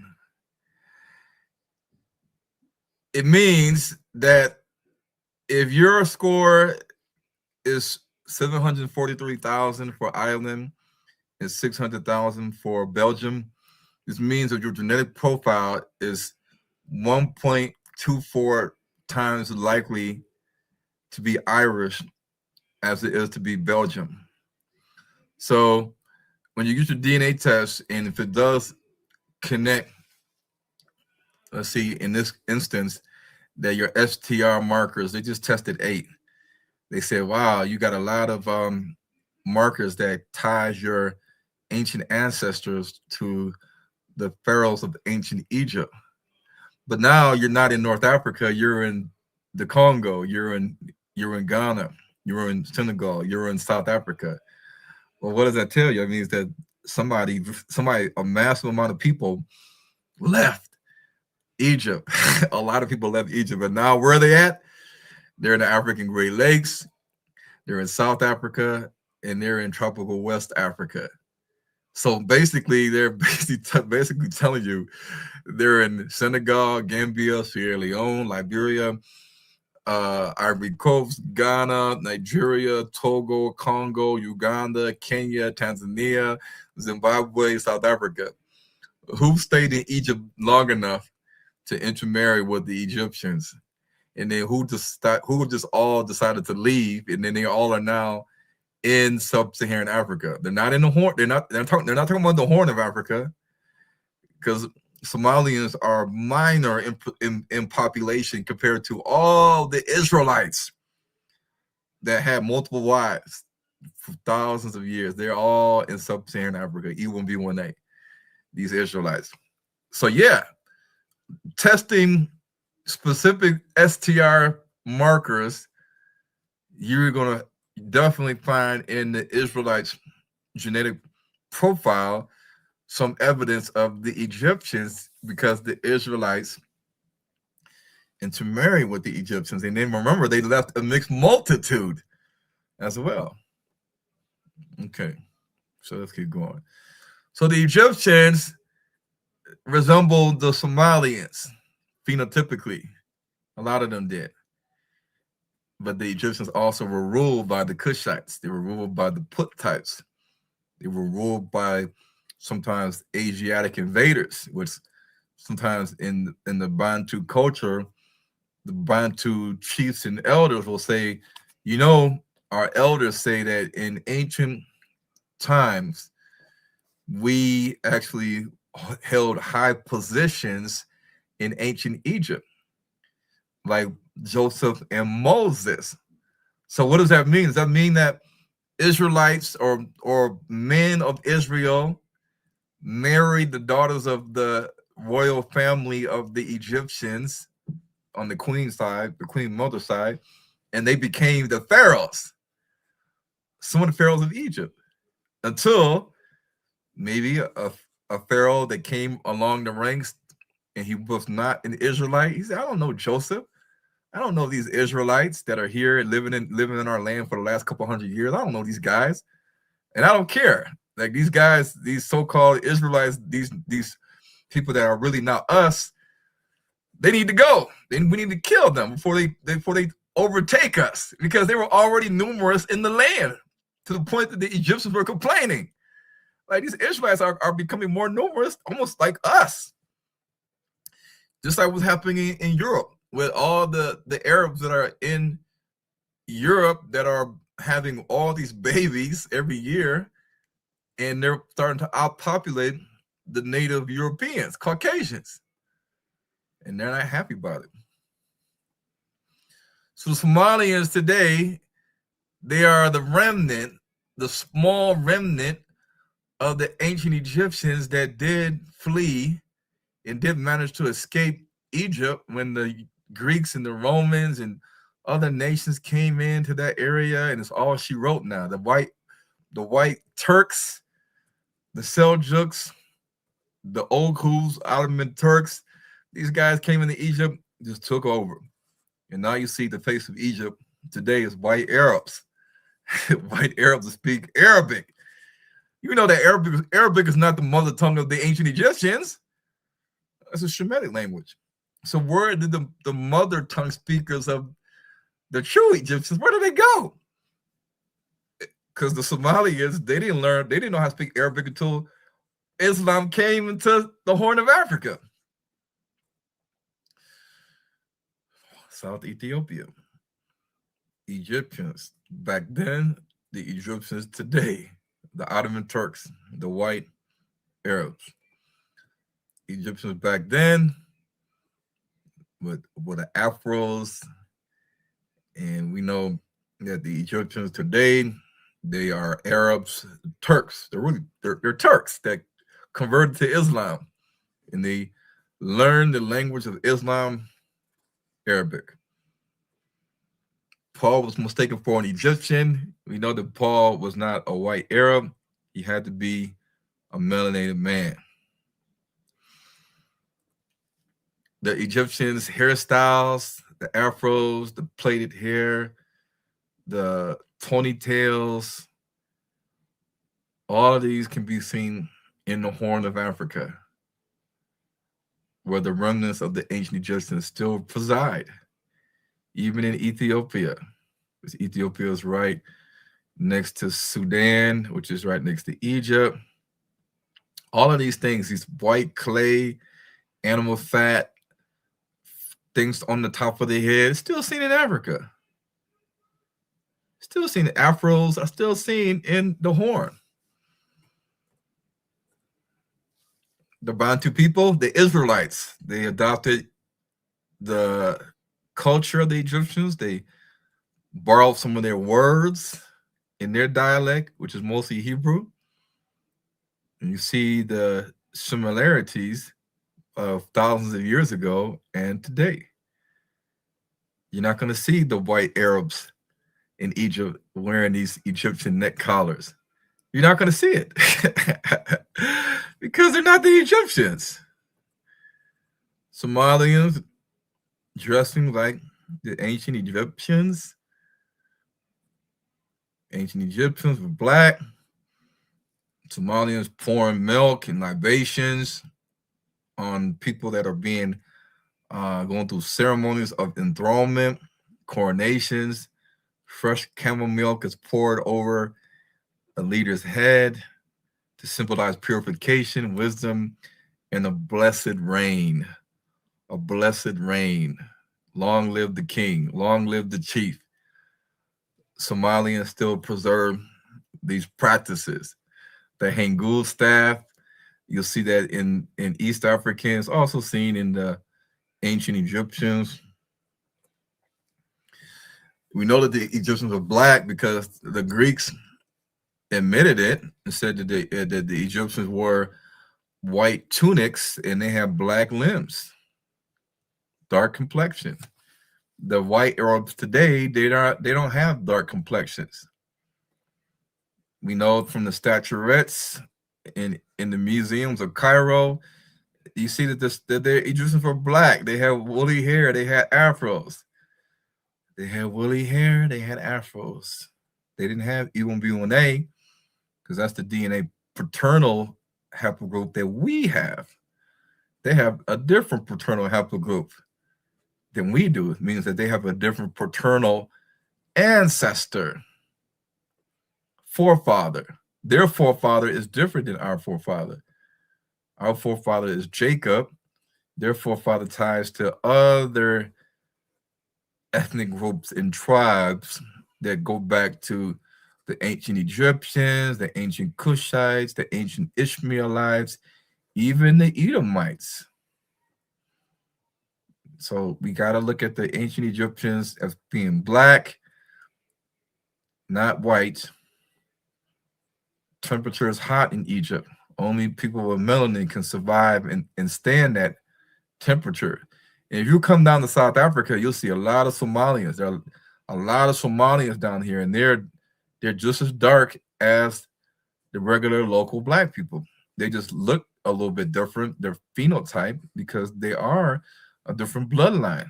So Somalians in South Africa, when you see them in the malls, you see them out in the street, they're typically tall. They're more than the average height of Bantu people. They're more closer to 5'9", 5'8". Bantu people are like 5'6" and 5'7". Okay, let's keep going. So we know that they were black. Look at the statues. They were black, bare-chested. They walked around bare-chested. So they had to have melanin to survive. No, there was no suntan lotion back in those days. No suntan lotion, but they were black, not white. Mary went through this. Mary went through STR analysis. STR analysis is good because it can look at your genetic relation between ancient populations and tell you if you're related or not related. It's discrimination. It could tell you the difference between you and another ethnic group. The land of Punt. Land of Punt is Somaliland, also connected to ancient Egypt. Some people say that the land of Punt was where some of the origins of the founding kings of ancient Egypt originated from. So the land of Punt in Somaliland was explored and visited by the ancient Egyptians. Some people say that they did trade. The ancient Egyptians did trade with the land of Punt. So in the land of Punt, there were also native Egyptians living there. They traded this area with goods like gold and ebony and ivory, wild animals. And so in the 25th dynasty, there was an expedition by Pharaoh Sahure.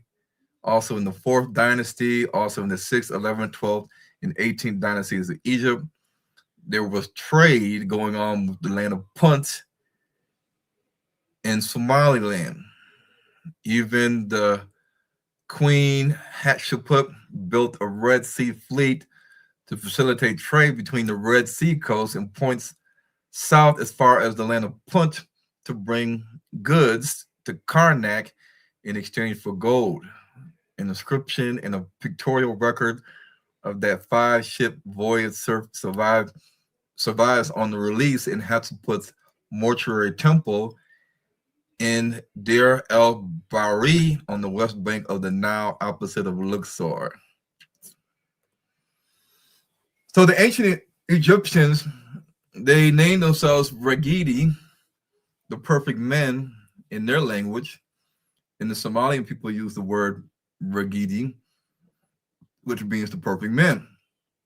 So the Somalian people still preserve phonetically the language of the ancient Egyptians. The dyeing of the hair red and orange that the ancient Egyptians sometimes did, you can see in some of the mummies, you see that they do it in Somaliland as well. And we look at the Greek historian Diodorus in his book, The Universal History. He said that in the 6th century BC, before Christ, because of the political crisis in Egypt and the European Asiatic infiltrations in Egypt, meaning Europeans, Greeks and Romans, Asiatics from Arabia and other nations. Because of this, more than 200,000 of ancient Egyptians migrated south following the course of the Nile, and they crossed into the Nubia-Ethiopia border, or they talking about Sudan, Ethiopia border with their boats in the direction of the Horn of Africa. In Eastern Africa, we have Somalia, Djibouti, Ethiopia. So the language of the ancient Egyptians, by many linguistic experts, belongs to the Hamitic group, the Somali. The Somalians. They have words, for example, like Orak Siti, which means the sun, and it's the same in Somali. The word Ar means male lion in the ancient Egyptian language, and it also means a male lion in Somali. And we see in the Hebrew that the word for lion is Ari. Ari.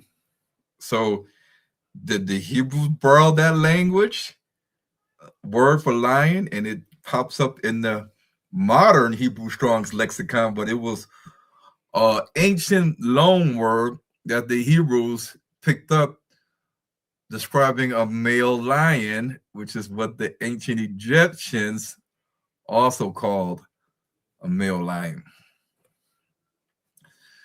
The headrest. The Somalians and the ancient Egyptians used the same headrest. King Tutankhamun has his headrest, and Somalians have their headrest too. Just like the ancient Egyptians. You see the headrest of Nefertiti is exactly, you can't even tell the difference which one's Somali and which one's not, because they are connected. The word Usha means scepter in the Somalian languages, but in the Hebrew, scepter is not Usha. You can Google it, you'll see what it is. The Somalian word shub means for out. Somali Egyptian languages, seked. Musical instrument is hes, or song, or sing with a musical instrument. In the Somalian language, hes means to sing with musical instrument. There's tons of words that are the same in Egyptian and Somali. Neter or neder is divine being. Same in Somalia. Hippo or hibbo means gift. Haru or hur means a stork. Tooth spit, habi, the Nile. Habi, source of water, drink, Wabi, a river. Kab, shoe. BRQ, lightning. Barik, in Hebrew, Barak can also mean lightning. It talks about Lucifer and the lightning. I forgot the scripture it talks about, and they like to link it to Barack Obama. But anyway, Barak in Hebrew can mean lightning as well. Barik in the Egyptian is lightning or the consonants BRQ. Kubub, cold. Daya, moon. Dab, fire. Anka, Aniga. I, Ka, him. Hati, hot. Widen wings, flying birds. Medu, mood, liquid. Who, to offer. Gunhate, gunti, or gundate, guti, far cloth. Nef, neef, breath. All these things are Egyptian Somali. Just showing you. So the Bantu and the Egyptian are different. The reason why we know they're different is because they have prognathous jaws. Now, how did they get prognathous jaws? And the Egyptians didn't always have these prognathous jaws, because the Bantu people today and in the past also mixed with the Canaanites. They mixed with these black little people known as the Pygmies in sub-Saharan Africa. And the Pygmies have prognathous jaws and beards, which is a trait that we also acquired from mixing with them. And because we've mixed with some people that are short stature, is the reason why most sub-Saharan Africans are around 5'6". They may not be 4'10", but they are still considered short compared to the white man in East Africans and the Cushites. So these are different pharaohs of Egypt. This is Somalian man, and you can see his hair is kind of wavy, stringy, just like this Egyptian pharaoh that died, and he's a mummy. And you can look at his facial bone structure and see that this man could be literally, after 1,000 years, looking like this man right here. Look at the cheekbones, look at the nose, look at the eyelids, look at the forehead, look at the hair texture, look at the ears, look at the chin, look at the mouth. So the Somalians and Beja people are connected to the ancient Egyptians. Many scholars believe that the Beja was to be derived from the early Egyptians because of their language and their physical features. And we know of them as being referenced in historical pieces in the 6th dynasty of ancient Egypt. Today, they are talked about as being a Cushitic people, which is a cover-up for an Egyptian people, because they are more akin to the ancient Egyptians than the ancient Cushites that live today in South Sudan. The Beja live in the desert between the Nile River and the Red Sea. They've been there for thousands of years. Over time, they have intermarried with the Black Ishmaelite Arabs. They are over 1 million strong in Sudan, in Egypt, Eritrea. Their language is a Cushitic branch of the Afro-Asiatic family, which means that their language is an admixture of Shemitic languages like Hebrew and the Egyptian language. So phonetically, when they speak, their dialect is an admixture of the ancient Egyptian language and Shemitic languages like Hebrew and Arabic. Their Y DNA, like the Somalians, is E1B1B. J, like the Black Arabs, and even A, which is seen in the Kushites. The maternal DNA, like the Somalians and the ancient Egyptians, is L3 and L2.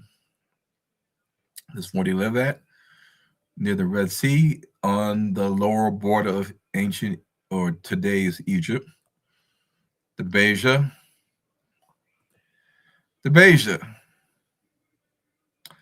Ta Seti Neferet, the mother of Egyptian king Amenemhet, the first was of a people from Upper Egypt, which is really southern Egypt, known as Ta Seti. He built a great city-state called Amenemhat Itiji Tawi. Ta Seti army and conscripts came to be known as Ta Ich Tawi. In modern languages is pronounced Bigawi, Bijawi, or Beja. These are just letter switches, and then you have Beja. The Beja man in Egypt with the white tunic. And when you look at the language of the Beja, you'll see that as much as 70%, depending on who you ask, is a direct correspondence between the ancient Egyptian language and the Beja language. All right, the Beja. And when you look at the E1B1B haplogroup, which was seen here, starting from EM215 down to EV22 to EZ1902, EZ830, EM34. Notice how the Somalians that live in Ethiopia, they have E1B1B 80%. The Oromo have 20%. Okay. Notice how the Amhara Ethiopians have 27% the DNA of the Kushites, because King Solomon and Queen Sheba, they merged a union and had a child, and some of the Israelites went to live in the territories of Queen Sheba, where you had some ethnic Kushites, and they started the Solomonic dynasty. So the reason why they tend to classify these languages as Cushitic, which is Egyptian, and Semitic, is basically based on the correlation to the Egyptian languages or the Hebrew languages. So when you look at the maternal DNA of the Somalians in Ethiopia, you see that L3 is the highest, 41%. Then the next highest is L2, 27%. The Omo, the Waliata, the Gumas also have high percentages of L3. The Amharas have L3, yes, but lower amounts. They have L2. They have high amounts of M, which is seen in Arabia, because many of them come from that area. Their maternal lineage from Yemen and Arabia. But the Somalians are across the board E, and they have the L3 haplogroup, which is seen in Egypt, in the Horn. Egyptians, the similarities. We know they were black with woolly hair. We know they were black with woolly hair. They were black with different grains, and this is the scarab beetle on the chest of the Egyptian mummy, and he's black, of course. When you look at the Beja and what they call Eastern Cushitic languages, such as also the Afar and the Saho, they also said these groups, these three languages, are contiguous, and 52% of them are E1B1B. Then the remaining is J1, which is an Ishmaelite, Shemitic, or Abraham and Egyptian haplogroup, and then the next is R1B and A. So overall, when you look at Somalians today, Somalians Afar, Beja tribes in the Horn of Africa, Ethiopia, and Kenya have a combination of Egyptian, Ishmaelite, Arab, and Edomite blood. And this is where you see Ethiopia, how close it is to Djibouti, how close that is to Somalia. Now we know that Esau first married the daughters of Canaan and the daughter of Ishmael. And he got these Canaanite wives in the land of Canaan. But then we know that this is in Genesis. This is in Genesis. This is way back when Jacob was starting off having his children. But then later, First Kings, remember this is before Moses even was alive. Genesis 36, before Moses was even alive. It was before Moses was even a thing. Canaan had daughters, and Esau took wives of the Canaanites. But then you have hundreds of years later, during the time of King Solomon, Hadad the Edomite, he fled. And he and certain Edomites of his father's servants went with him to go into Egypt. Hadad being yet a little child. And they arose out of Midian and came to Paran, and they took men with them out of Paran, and they came to Egypt unto the Pharaoh, king of Egypt, which gave Hadad and all these Edomite men, they gave him a house, they appointed him victuals, and gave him land. They gave him land in Egypt. They say, here's a house, here's land. They were very hospitable to the Edomites. And Hadad, as a little child, found great favor in the sight of the Pharaoh. So the Pharaoh gave him to wife the sister of his own wife, the sister of Taphanes, the queen of Egypt. So that means that Hadad the Edomite married a woman of an Egyptian royal maternal bloodline.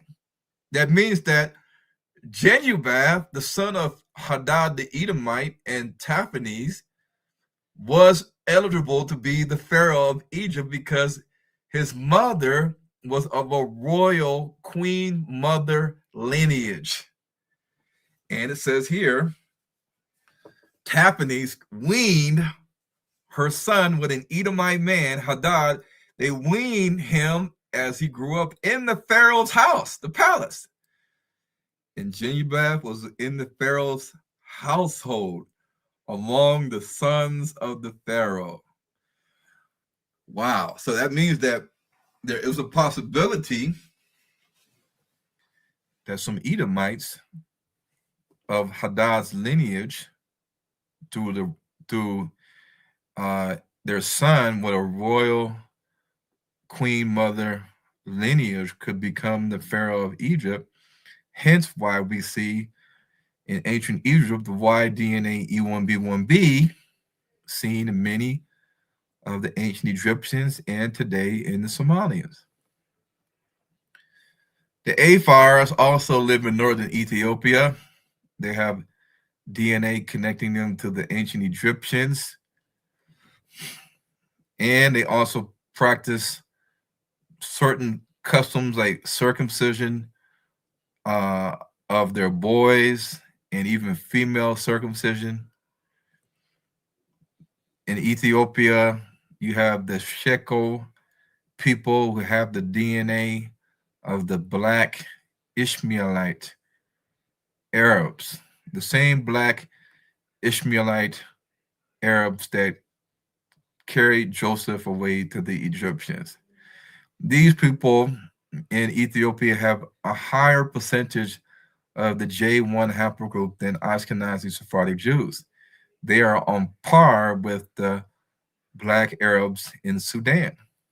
They are the descendants that are living in Ethiopia of the Ishmaelites, Keturaites, and possibly even the Jotanites. But they also have rare ancient lineages in terms of haplogroups like E1B1C, also known as E1B1A2, which is a younger haplogroup line than E1B1A. So we had E1B1A first, and then over hundreds of years, you have E1B1A2, which is found in Ethiopia, in this particular region of Ethiopia towards the southwest near Sudan. Okay, so let's keep going. I don't want to confuse people with this. I'm gonna skip this because I think I'm already starting to give people a brain overload. But let's keep going.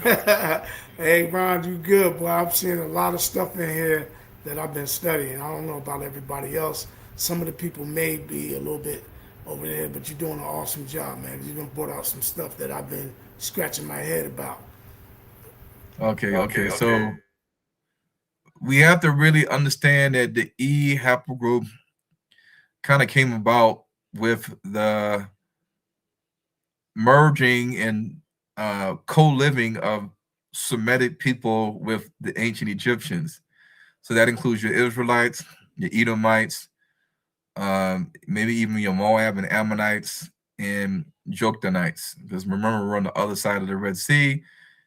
You got to think about the fact that Abraham was a Shemite, and Lot, his nephew, was a Shemite, and Lot had Moab and Ammon, and you had Ishmael going on with Abraham. You had Keturah going on with Abraham, with an Egyptian, and whoever Keturah, what lineage she was. But the E haplogroup has many different branches.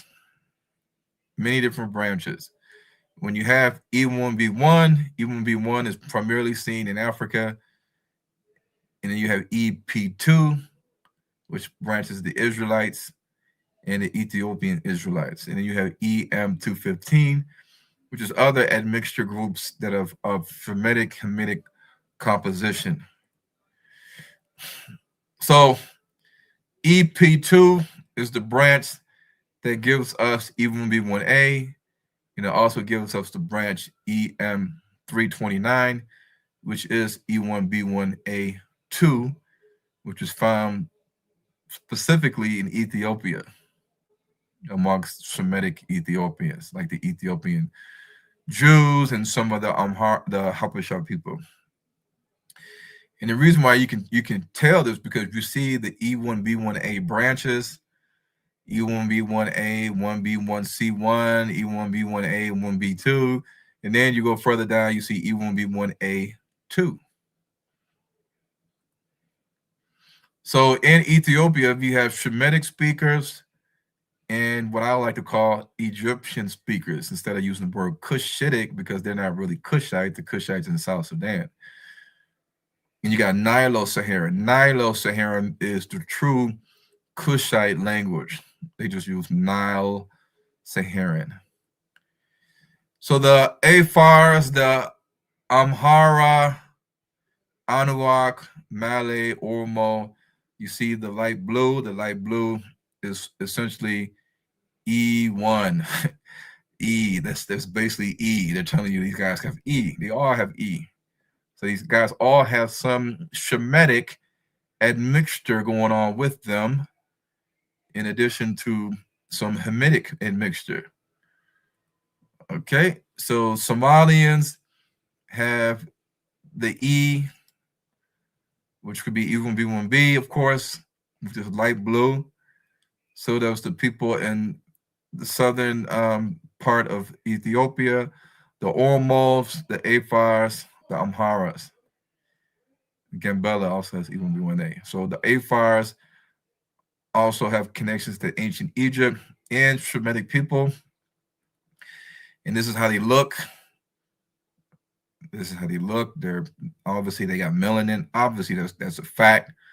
And interesting enough, they don't have any maternal DNA that's seen in Europe. Their maternal DNA is seen in Africa only and in Arabia, but the original Shemites, not the Ottoman Turks, not these Turks that came from Turkmenistan and Kazakhstan, Uzbekistan, and Azerbaijan, and then signed up for Islam and said, we're going to start learning Arabic. And voila, now we are talking about we're the Arabs. No, the original Arabs were black. They had melanin. Shemites of antiquity all had melanin. Now, the hair texture may have varied. Like this guy's hair, some people that are biracial will have hair like him, but they may not be as dark as him. So there's a lot of biracial people like Bob Marley, Barack Obama, Drake, and J. Cole, and their hair is more woolly than this guy. But they're not as dark as this guy in terms of melanin, because Shem was a melanated person, and he simply came, his descendants came to Africa and started intermarrying with Hamites, Africans that had woolly hair, and the genetic composition of the hair started to change. All right, so in the Congo, in Ghana, in Cameroon, in Malawi, we see even traces of E1B1. So before we even have E1B1A, we see E1B1, which is E asterisk parentheses X E1B1A. We see percentages as 11%, 7%, 11%, 8%, 8%. That just means that this haplogroup is old, and this haplogroup stayed along long enough in sub-Saharan Africa to develop mutations, and these mutations created new subclades like E1B1A7, E1B1A8, E1B1A8A1, which was seen in the Congo, in Cameroon, Ghana, Malawi. So in the ancient Egyptian dynasties in the Old Kingdom, we will see, we're not, listen, it's not surprising in the Old Kingdom to find the DNA of the pharaohs that are connected to the Cushites, AM13, because the ancient Cushites did rule the Old Kingdom dynasties of ancient Egypt. They did. And when you look at EM2, EM2 is an Israelite marker. See, timelines are always going to be tricky, because timelines and what we read in our Bible, our Bible is not going to say 2600 AD BC. Our Bible is not going to say in the year 1500 BC. No, it's not going to say that, because back then, who was taking time like that? Who was taking time to say, okay, this is the year 1400 BC. This is the year, in the year 1900 BC, Abraham had so-and-so. It's not going to give you that in the Bible. So when we look at real history, we have to look at the Old Kingdom and the Middle Kingdom and say, well, why do we see the paternal DNA of Israelites, Cushites, Somalians, Luo people, even Fulanis in the pharaohs of ancient Egypt in the Old Kingdom? EM123, EM75, EM78, EM41, EM41, EM35, AM13, because at that time, these were the people that were living, at least based on some of these genetic studies and their carbon dating, this is what the timeline they put them in. So this right here is this might be a little bit too much to explain, but the E1B1B pathway is long, and it has two main deviations. At the M35 mutation, you see two pathways. You see the pathways that lead to V68 to M78, down to V12 and V32, which was seen in Somalians early on. Somalians can be seen with M60, V68, M78. But further down, way further down, you'll see that some Ashkenazi Jews have V22, which is way, way, way further down the E1B1B pathway.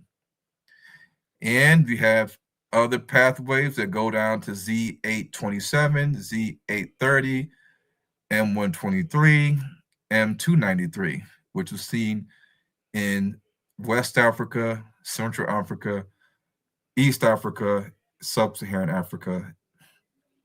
It's 2 pathways.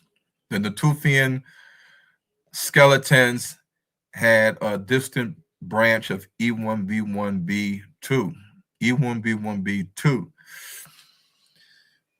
And these Natufian skeletons, they were not E1B1A, but these Natufian skeletons lived in a time in Israel where the Neanderthals were living inside these caves.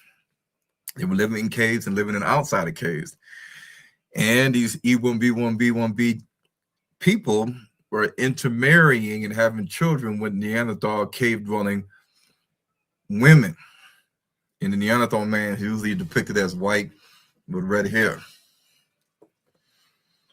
In the Middle Kingdom, you see similar DNA haplogroups on the Y DNA, the maternal DNA. You see AM13, which is seen in the Kushites. EM75, which is seen in the Luo tribe in Kenya, Uganda, Congo, Sudan. You see also EM78, which is seen in Somalians, EM78 Somalians, a higher branch root, EM96, EV6, which is E1B1B, 1C, and BM112, which is a, trying to think, it was a Bantu mark, B2A or B2B. But anyway, when you look at the maternal DNA, you see L3, you see L2, you see L3, and you see L4, L3, L0, and M1A, which is usually connected to the Arabian Peninsula. All right, so then basically when you look at ancient Egyptian DNA haplogroup EV68, this was before Christ. This was Egypt, Northern Sudan. Geneticists have typed over 100 males from Somalia using 12 different STR, short tandem repeat loci, and observed that these guys had the E1B1A1B haplotypes. And the Somalians are connected to the ancient Egyptians. And these haplogroups, like what I just mentioned, are also seen in Sudan, especially among the Beja and the Masalit tribe and the Fur tribe in Western Sudan, who, interesting enough, they have some connections to Egypt from their oral history, and they migrated from Egypt into Sudan, but they are not the Kushites. They are not the Kushites, but they live in Western Sudan, and they used to live in Libya and Egypt. They migrated to Western Sudan, and they have the same E1B1B haplogroup that the Somalians have. And it's interesting because Hadad the Edomite, he had land and he was raised up in the royal house of the Pharaoh. We don't know what happened after that. Things could have happened, and Esau could have had a little bit of an Egyptian bloodline going on in that particular piece of North Africa. All right. So these are all just words that are seen in the Egyptian languages, and then next to it is the Somalian word, and as you can see, they're basically the same. Basically the same. And I have this in my books, in the movie Hebrews to Negro, Wake Up Black America, as well on Amazon. So let's keep going. The Isaac tribe, the Dur tribe, they live in Ethiopia, they live in Djibouti, and they live in Somalia. They also have phonetically, they may not use the Egyptian hieroglyphics, but phonetically, they speak the language of the ancient Egyptians. It's in their language. In ancient Egyptian language, Sumado means write the hieroglyphics. In Somali, Sumado means the hieroglyphs. Oh God, these Somalians. The Borana tribe in Ethiopia, they are Naormos. They are a mixture of Shemitic and Egyptian people, to the point where their genetic mutations classified them under E1B1B, not E1B1A, because that would mean that they're Israelites. The E1B1B, and although they have some Hebrew in their languages, the Oromo and Borana, you just talk to them, they'll tell you, oh, yeah, this is how we say it in our language. And it's the same as Hebrew. Coincidence. Well, they don't keep all the laws of Moses like the Bantu people do in their traditions and customs naturally. Circumcising on the 8th day and all these, there's so many different traditions that the Bantu people do that are straight out the Old Testament. So when you look at the Egyptians were ruled, and they had pharaohs that were of Cushite blood, Puttite, Libyan blood, Egyptian blood, obviously, Edomite blood, and it's a strong possibility that even Israelites became pharaohs of Egypt because their mother was a queen mother of Egypt. She was either a queen mother, the daughter of a queen mother, the sister of a queen mother, anything that ties her to a queen mother lineage or royal lineage, and she happened to like an Israelite man and have a boy with him, that boy could be a pharaoh.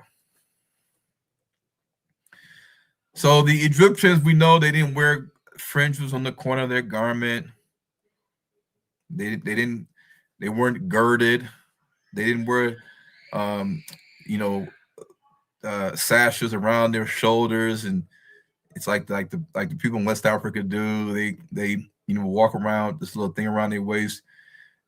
But the Israelites were girded, and they have fringes, and they often wore full clothes.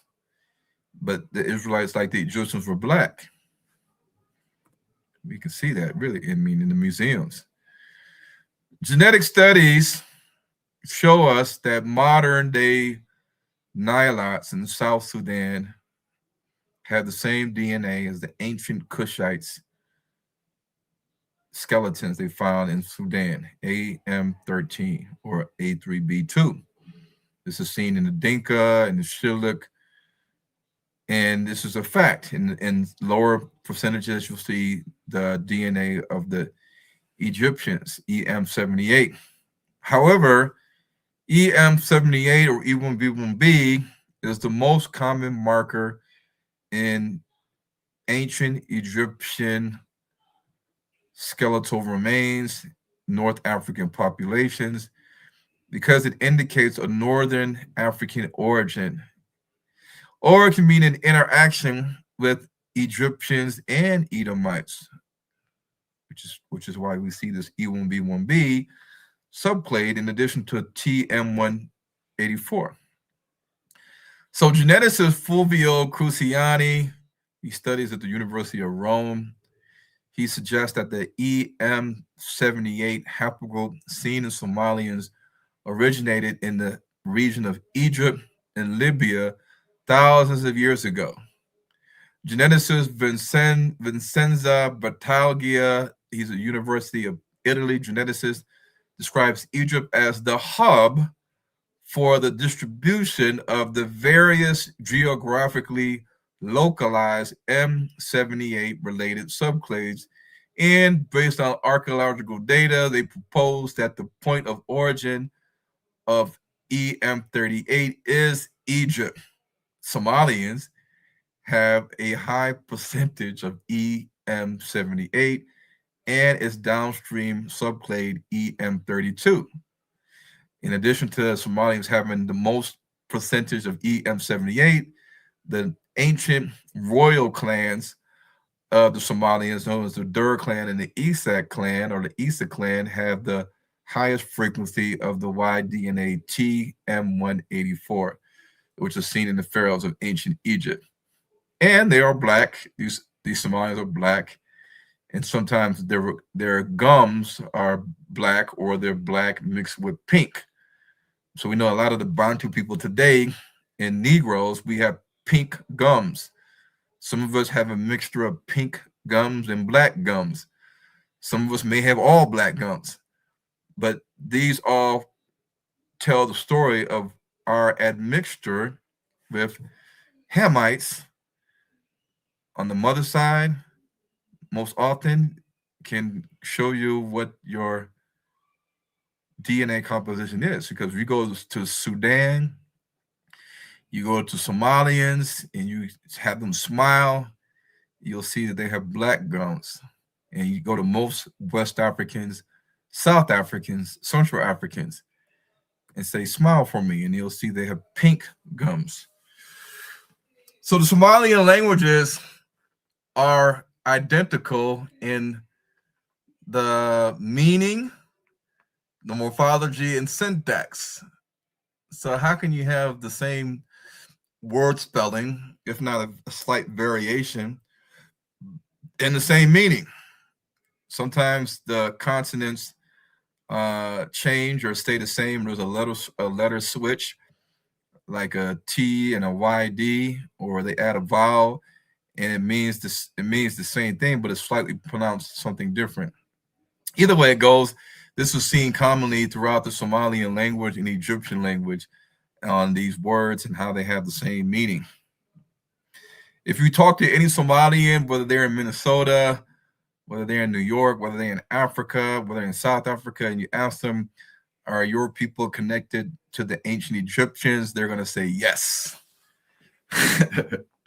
And because I know, because I had many Somalian drivers in Uber, they will tell you that in Somaliland, they have many artifacts that have the same appearance of what is in ancient Egypt on the walls. And I said, you mean the hieroglyphics? And he says, yes.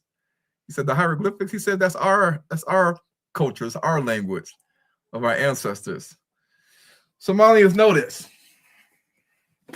So when you look at the Somalian or Kemetic or what you call the Egyptian language, you'll see that there's too many words that are seen exactly in the ancient Egyptian language and Somalian language in the same meaning.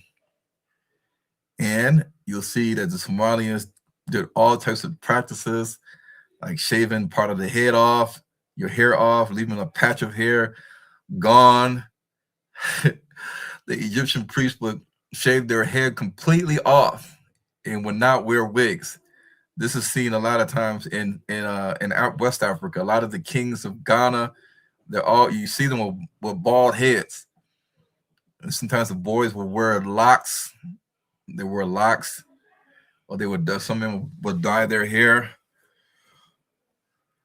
So EM293 is a subclade of EV1515, also is within the Z830 subclade. And this subclade is associated with the spread of pastoralism, meaning the raising of livestock, longhorn cattle, shorthorn cattle from ancient Egypt, brought down to East Africa by a mixed multitude of Afro-Asiatic speakers. And then they brought this DNA haplogroup all the way also into Central Africa and later into Sub-Saharan Africa, Sub-Saharan Africa like South Africa. Because this DNA is seen in Tanzania, it's seen in South Africa, it's seen in Kenya, it's seen in the Sandalwood Pygmies, it's seen in the Tutsis, it's seen in the Maasai. And like I said earlier, EM78, like its older father clade, EV68, has an African origin. It is seen in the pharaohs of ancient Egypt. And based on the genetic studies and the short tandem repeat markers and data, it suggests that these DNA haplogroups originated in Northeast Africa, which was Egypt and Libya. So we have E96, which is basically like E1B1. Then you have E1B1B, M35, M78, V32. This is seen in Somalians. The Dur clan. Somalians, E1B1B, TM184. This is the Somalians of ancient times,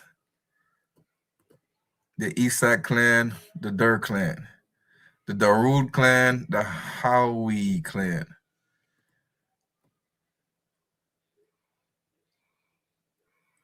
This is just talking about the A group culture in Lower Nubia, which was the southern part of Egypt before you get to the border of Sudan. The A group culture lived around 3,800 BC. The A group culture, I don't think I have it on this particular slide. I got it on another presentation. The A group culture, their DNA connects the most with Somalians. So the Somalians also lived in not only in North Egypt, but Southern Egypt before you get into Nubia, crossing over to the land of Kush, which is the sea, which is part of the Fourth Cataract, Fifth Cataract. But at times, the Egyptians ruled all the way from the First Cataract to the Second Cataract to the Third Cataract to the Fourth Cataract, extending across the border, the modern border of Sudan and Egypt, into northern Sudan. So this is the reason why we will see Nubians, what they will call today Nubians, in northern Sudan, southern Egypt, with the Y DNA E1B1B.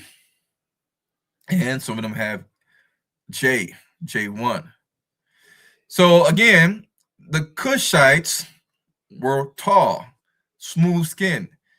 If the Israelites were mostly intermarrying with these Cushites for over 1,000 years, we will be 7 feet tall. We will be 6 foot. Our average height in America will be 6'3", 6'6".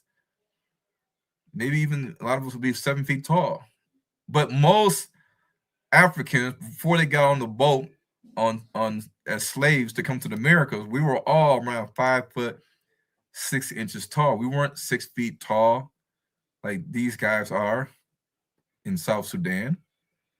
Why? Because we've mixed with the Canaanites for thousands of years, starting from the book of Genesis, when Judah married Shua, Bath-shua.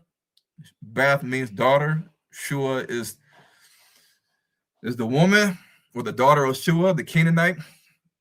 And then even in Judges and Ezra, thousands of years of intermarrying, it says it here, the Canaanites, the Hittites, the Perizzites, Jebusites. It didn't say the Cushites. The last couple books of the Bible, Ezra chapter 9, verse 1 through 2, 460 BC, it says that the Israelites, the priests, the Levites have not separated themselves from the people of the land. What land? The land of Canaan.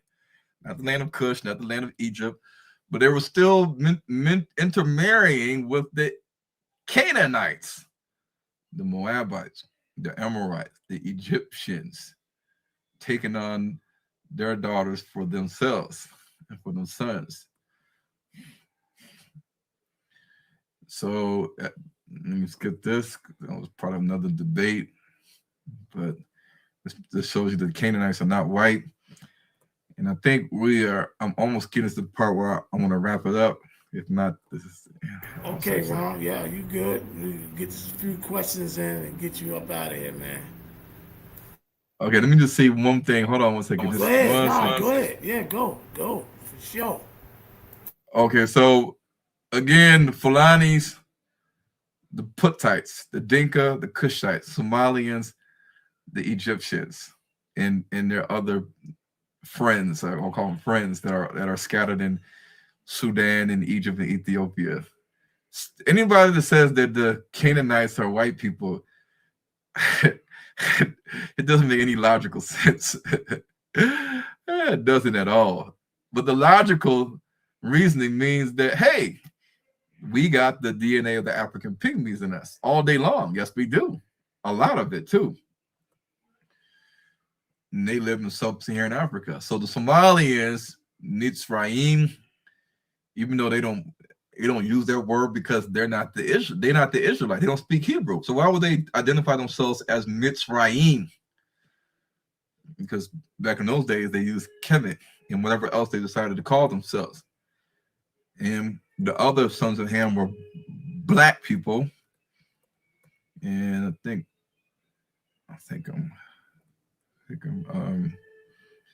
so here we see on the sandals of the Egyptian pharaohs that they would literally walk on the people that they had as slaves and servants.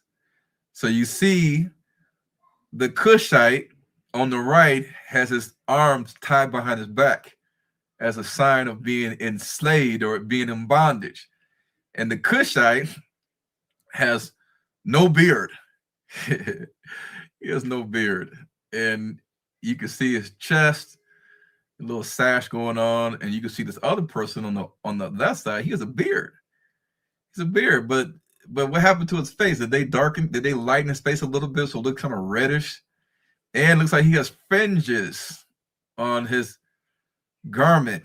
And then you look down at his feet look more brownish black, but his face looks reddish. So what's going on here? Why is his feet looking more brownish black, but then you go up to his face, they lighten his face up so that he looks reddish with a beard? You see, that's how the Gentiles they like to trick us. They like to trick us. They just do these things and we don't pay attention. But again, I think this is yeah. No, that's it. Okay, I want to keep going. All praises, man. Ron, man. Boy, this was a master class, man. I appreciate you. I ain't gonna try to hold you up long, man. I want to try to get a few questions in. We already got 3 questions off the rip. Then I'm on the stage. I'm gonna have my brother Moray Jediah if he has any questions or anybody else. But we're gonna go through these 3 questions first. What's the first one, babe? Okay. Okay. Sorry. Yeah, give me 1 second, Ron. I'm gonna give you the question. We had some questions early. We want to go in order from what we've seen. Okay, so go ahead, babe. Okay, the first question is, what are the people who are doing the DNA testing, comparing samples to get similarity to the ancient people? Did you hear that, Ron? Yeah, so they go in. Whose question? They go into like ancient Egypt. This is Sister Stacy's question. Go ahead. They go into ancient Egypt. Well, they go into Egypt. They go into Sudan. They go into Ethiopia. They go into Kenya, Uganda, and they start digging up skeletons, old skeletons, because they can carbon date the skeletons, whether they're inside caves or outside the caves. They're inside tombs. They can around the tombs. They can dig up these skeletal sites or cemetery burial sites, and they can test the DNA of these ancient skeletons.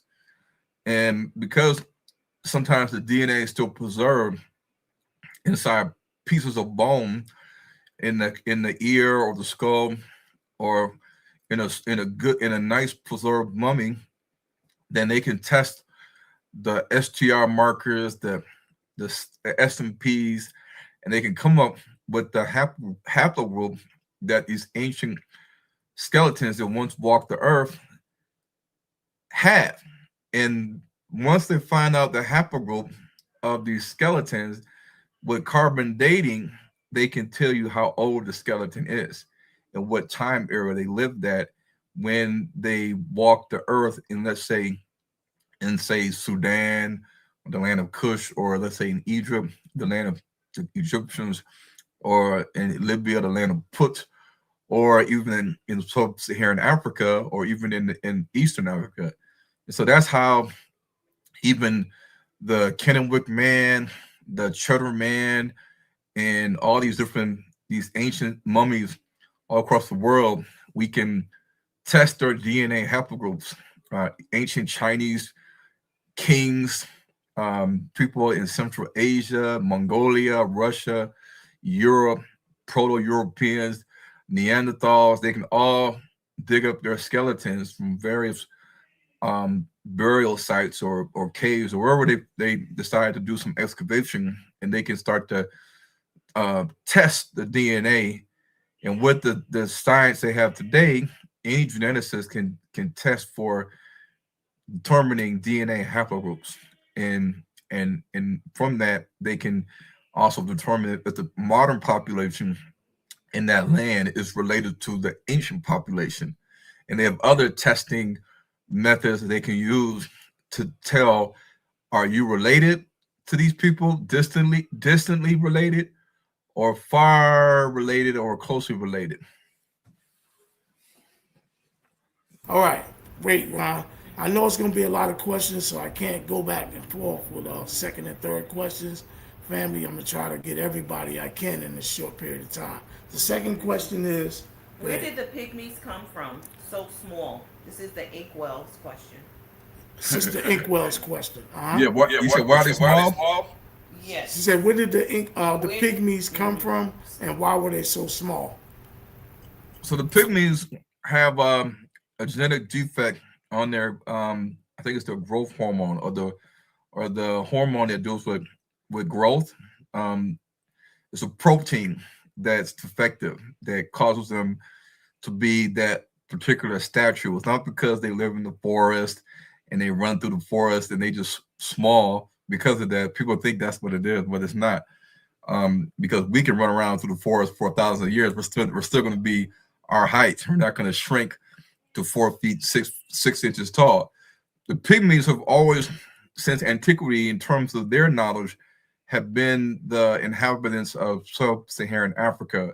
Around the equator, CAR, Uganda, Congo, Burundi, Rwanda, Zambia, Angola, Cameroon, Nigeria, all throughout West Africa, East Africa, South Africa, Central Africa. The Bantu people or Africans have always talked about the existence of small, tiny black people, or sometimes they will call them dwarfs that lived in these particular lands before they even got there. So when they left Egypt and got into sub-Saharan Africa, once they got beyond or at the origin of the Nile River, they said the people they ran into was little black people. And that's like this the story of the little people per the Bantu people, but per the pygmies, they've always been the inhabitants of the forests and mountains and in general sub-Saharan Africa. They didn't come from Europe, they didn't come from China, they didn't come from the Americas. Since they've known it, they've been there since antiquity, just as the South Sudanese Kushites, the tall guys, they've always said that their homeland is Sudan. That's their homeland from thousands of years ago. And they're still there, but they're pushed down into South Sudan. All praises. Just for the record, Sister Stacy, you can go into my playlist. I had a scholar, David Rowe. He did a presentation on what was it? Leaving Egypt through the Red Sea. If you go look at that video, he shows Israelites' burials and skeletons. It's on my playlist. David Rowe is. Listen, a lot of y'all are new to the channel, so if you go to my playlist, a lot of stuff dealing with language, identity, culture, a whole bunch of by a lot of biblical scholars, and he's an Egyptologist as well. So you can go check that out. The next question is. This is for clarity. Mother Bithia. Mother Bithia, okay. Said, I don't get how the 1948ers have E1, B1B at all. Did I hear wrong?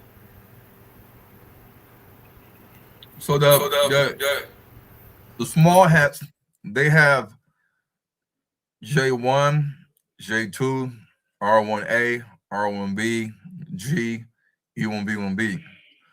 The only reason why, and that's like 7 different paternal lineages that they have inside of them. The only reason why you will see some Mediterranean Europeans, small hats, and Arabs with the E1B1B clade is because over time, we have to remember that there's been mixing of downstream generations.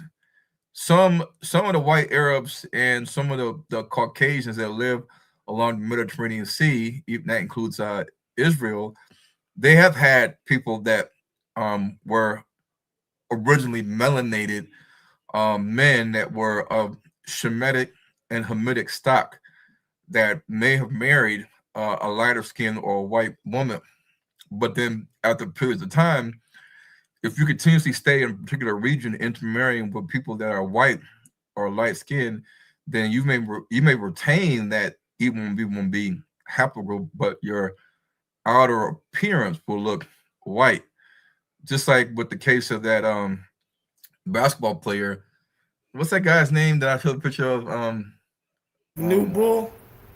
No, the light skin guy that can flip really good. What's his name? Goodness, played for Dallas. I forget his name. Yeah, but anyway, his daddy's black, his mama's white, and then he married a white woman, had a baby, and then of course his baby looks like a white boy, and then if that boy marries another white woman, then they're gonna have a child that looks all white, but he's gonna still have E1B1A because his daddy is black. So that's just the way it is. I mean, it just that DNA carries from father to son, even though Blake Griffin, that's his name, Blake Griffin is biracial. Then Blake Griffin has a son. His son has straight hair, blonde hair. He's looked white. Blake Griffin's son is going to also have E1B1A most likely. But then Blake Griffin's son's son, if he marries a white lady, he's going to look all white. And he's still going to have E1B1A, even though phonetically he looks white. But that's the thing. You can, I mean, I really, if you look at it, you could find white people. It'll probably be very, very rare. People look white that have E1B1A, but that's very, very, very, very rare because E1B1A is predominantly seen in sub-Saharan Africa because we were taken as slaves from sub-Saharan Africa. And we know that when we got on the boats from Africa, we were all dark-skinned, brown-skinned people. We didn't have people in that area that looked that look mostly like me. Most Africans in West Africa are not my complexion. So yeah. All praises. All right, Ron, I want to introduce you to my Hebrew teacher, and he has a lot going on, man. He's a very good brother, very humble. His name is Morey Jediah Malek. I want to see if he has any questions for you. And also I want to recommend an app that he created that is for us, our Hebrew Israelite community, and very powerful, Ron. And I think you'll love it. But anyway, Brother Jediah, you have any questions? Hey, shalom, Ron. Elder Dalton, that was a great presentation. Oh, I got an echo. No, it's all okay. Shalom, and I wanted to say it was a great presentation, and I enjoyed looking at the differences in the skulls between all of the different nations in Israel. Even the small hats and all of the different nations throughout Africa. And I was always wondering about like the difference in the shapes of the heads, because I think it's in one of the concordance books that they said that there's a difference between the Negro and every other person in Africa. I'm trying to remember how it goes specifically, but I was wondering from the profile view. You said Negroes from the profile view. I think their lips and their teeth protrude past the nose structure. Could you tell me a little? It's called prognathous jaws, where or if you look at the side view. Basically, if you had a skeleton of a Negro, without the nose, without the lips, you would look at his jaw and see that his jaw protrudes past the bridge, like where you would have the opening from the nose. So we got a nose. The nose can point out as far as it wants, but when you have the opening from the nose on the skeleton, on the skull, and you look at the jaw is going to be more forward in front of that hole for the nose, and that's classic for the Negro. The white man, it's like the white man and the Chinese man, it's like straight down, you know. And then the Egyptians, even those that are sort of Shemitic, they have like their lower jaw will recede back a little bit. Instead of being straight down, it will recede back. And that just means that the Negro's jaw is more in line with a lot of the pygmies. The pygmies, and if you look at a pygmy without looking at his body, if you just show the face of a pygmy, you're not going to know he's short, because he's going to look like a Negro. He's going to have a beard. He's going to have a robust, protruding jaw. He's going to have, woolly hair. He's going to be black. But you won't know he's short unless you look at his overall body structure.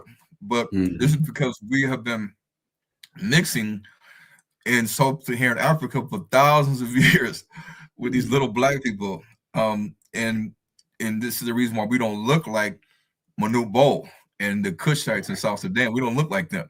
And we don't look like Somalians either. We were mixing with Egyptians for thousands of years, like in the book of Genesis to Ezra.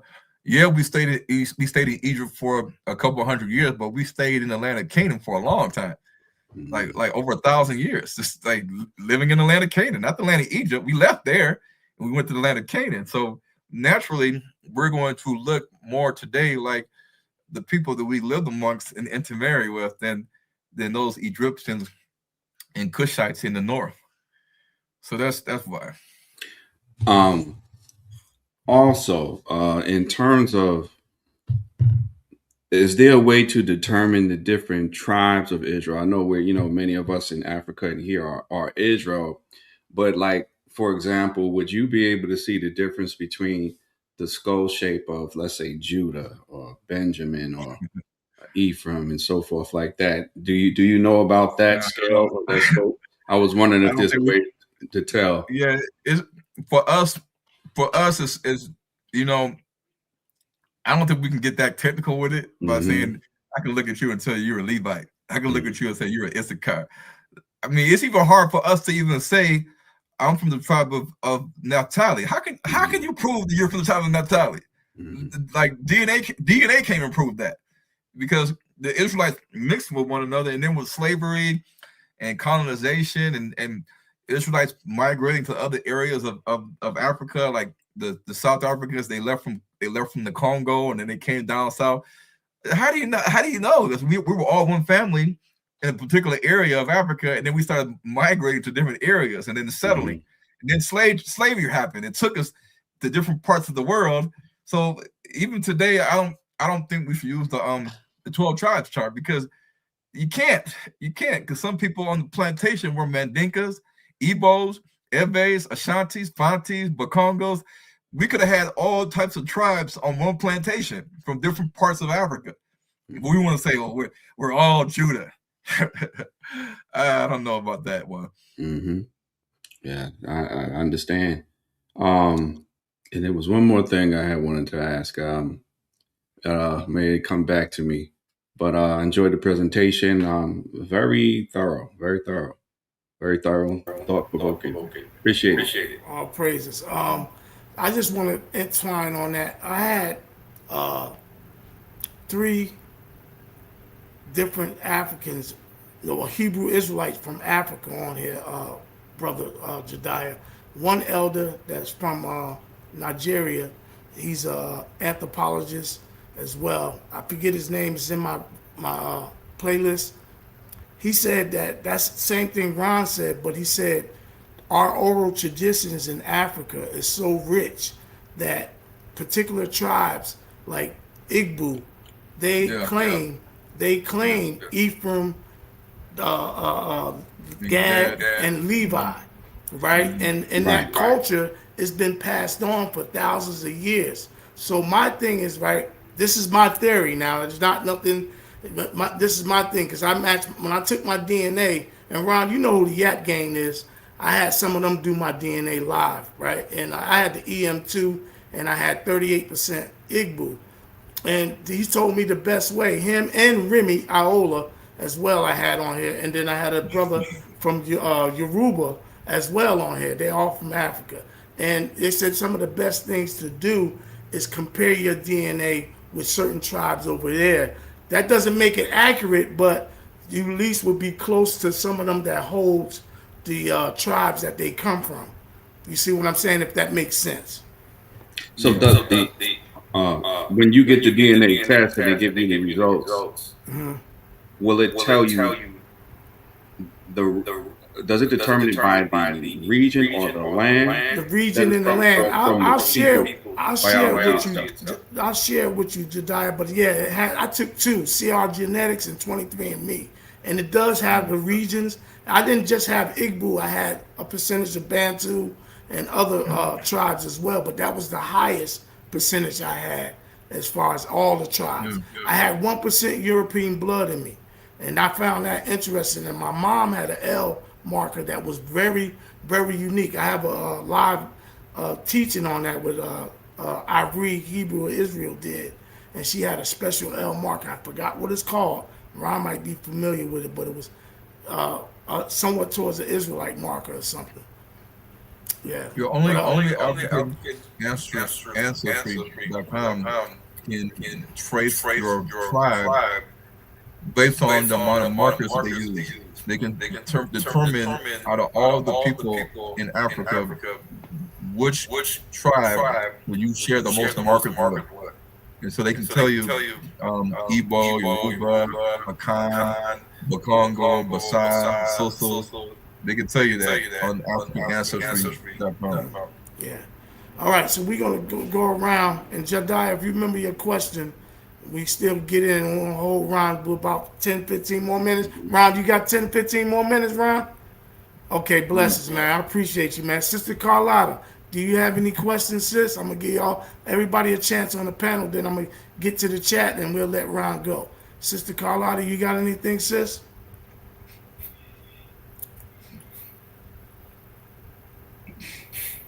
Okay. No, I don't have any questions. Okay. All right. All praises. Sister Sherry, you got anything?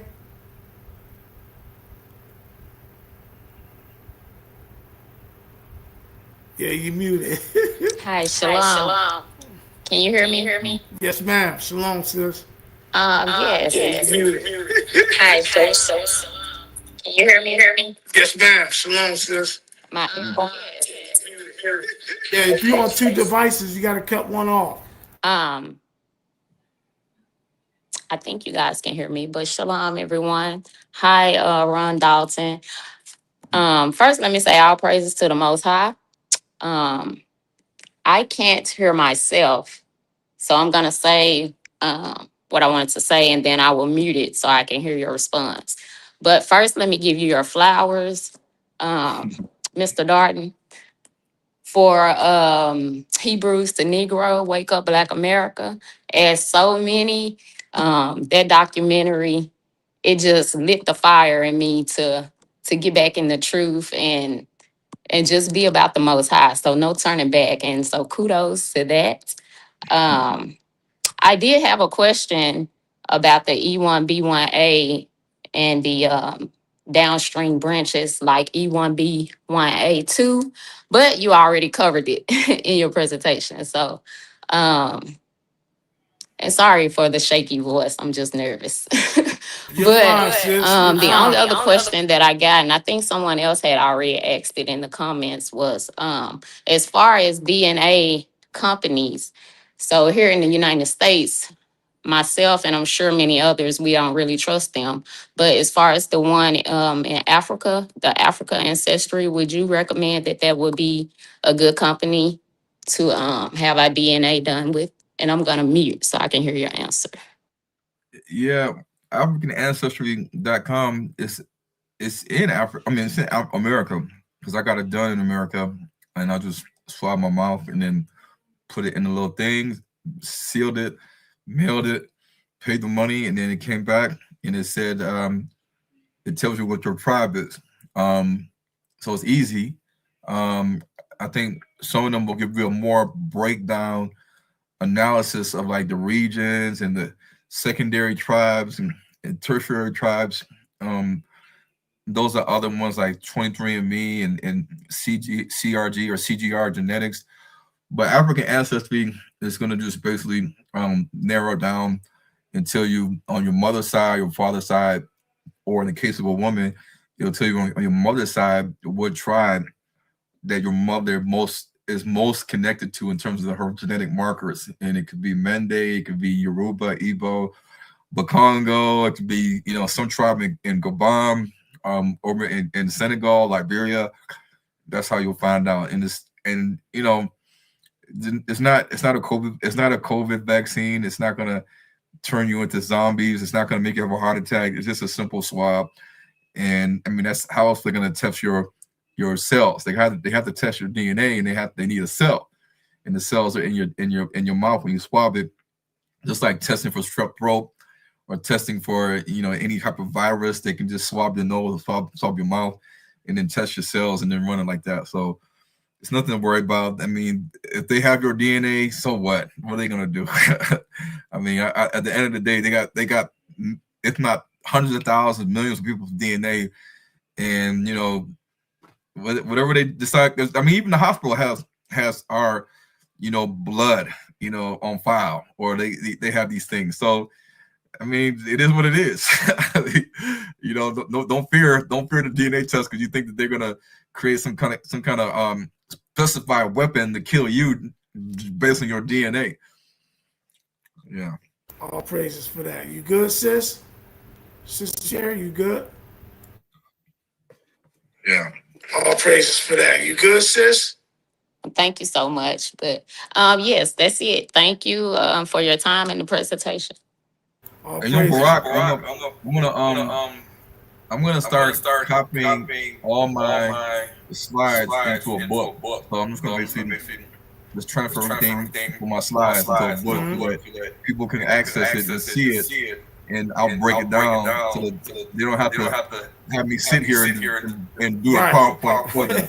Yeah, that'll work, man. And Sister Sherry, for the record, CR Genetics and 23andMe is good.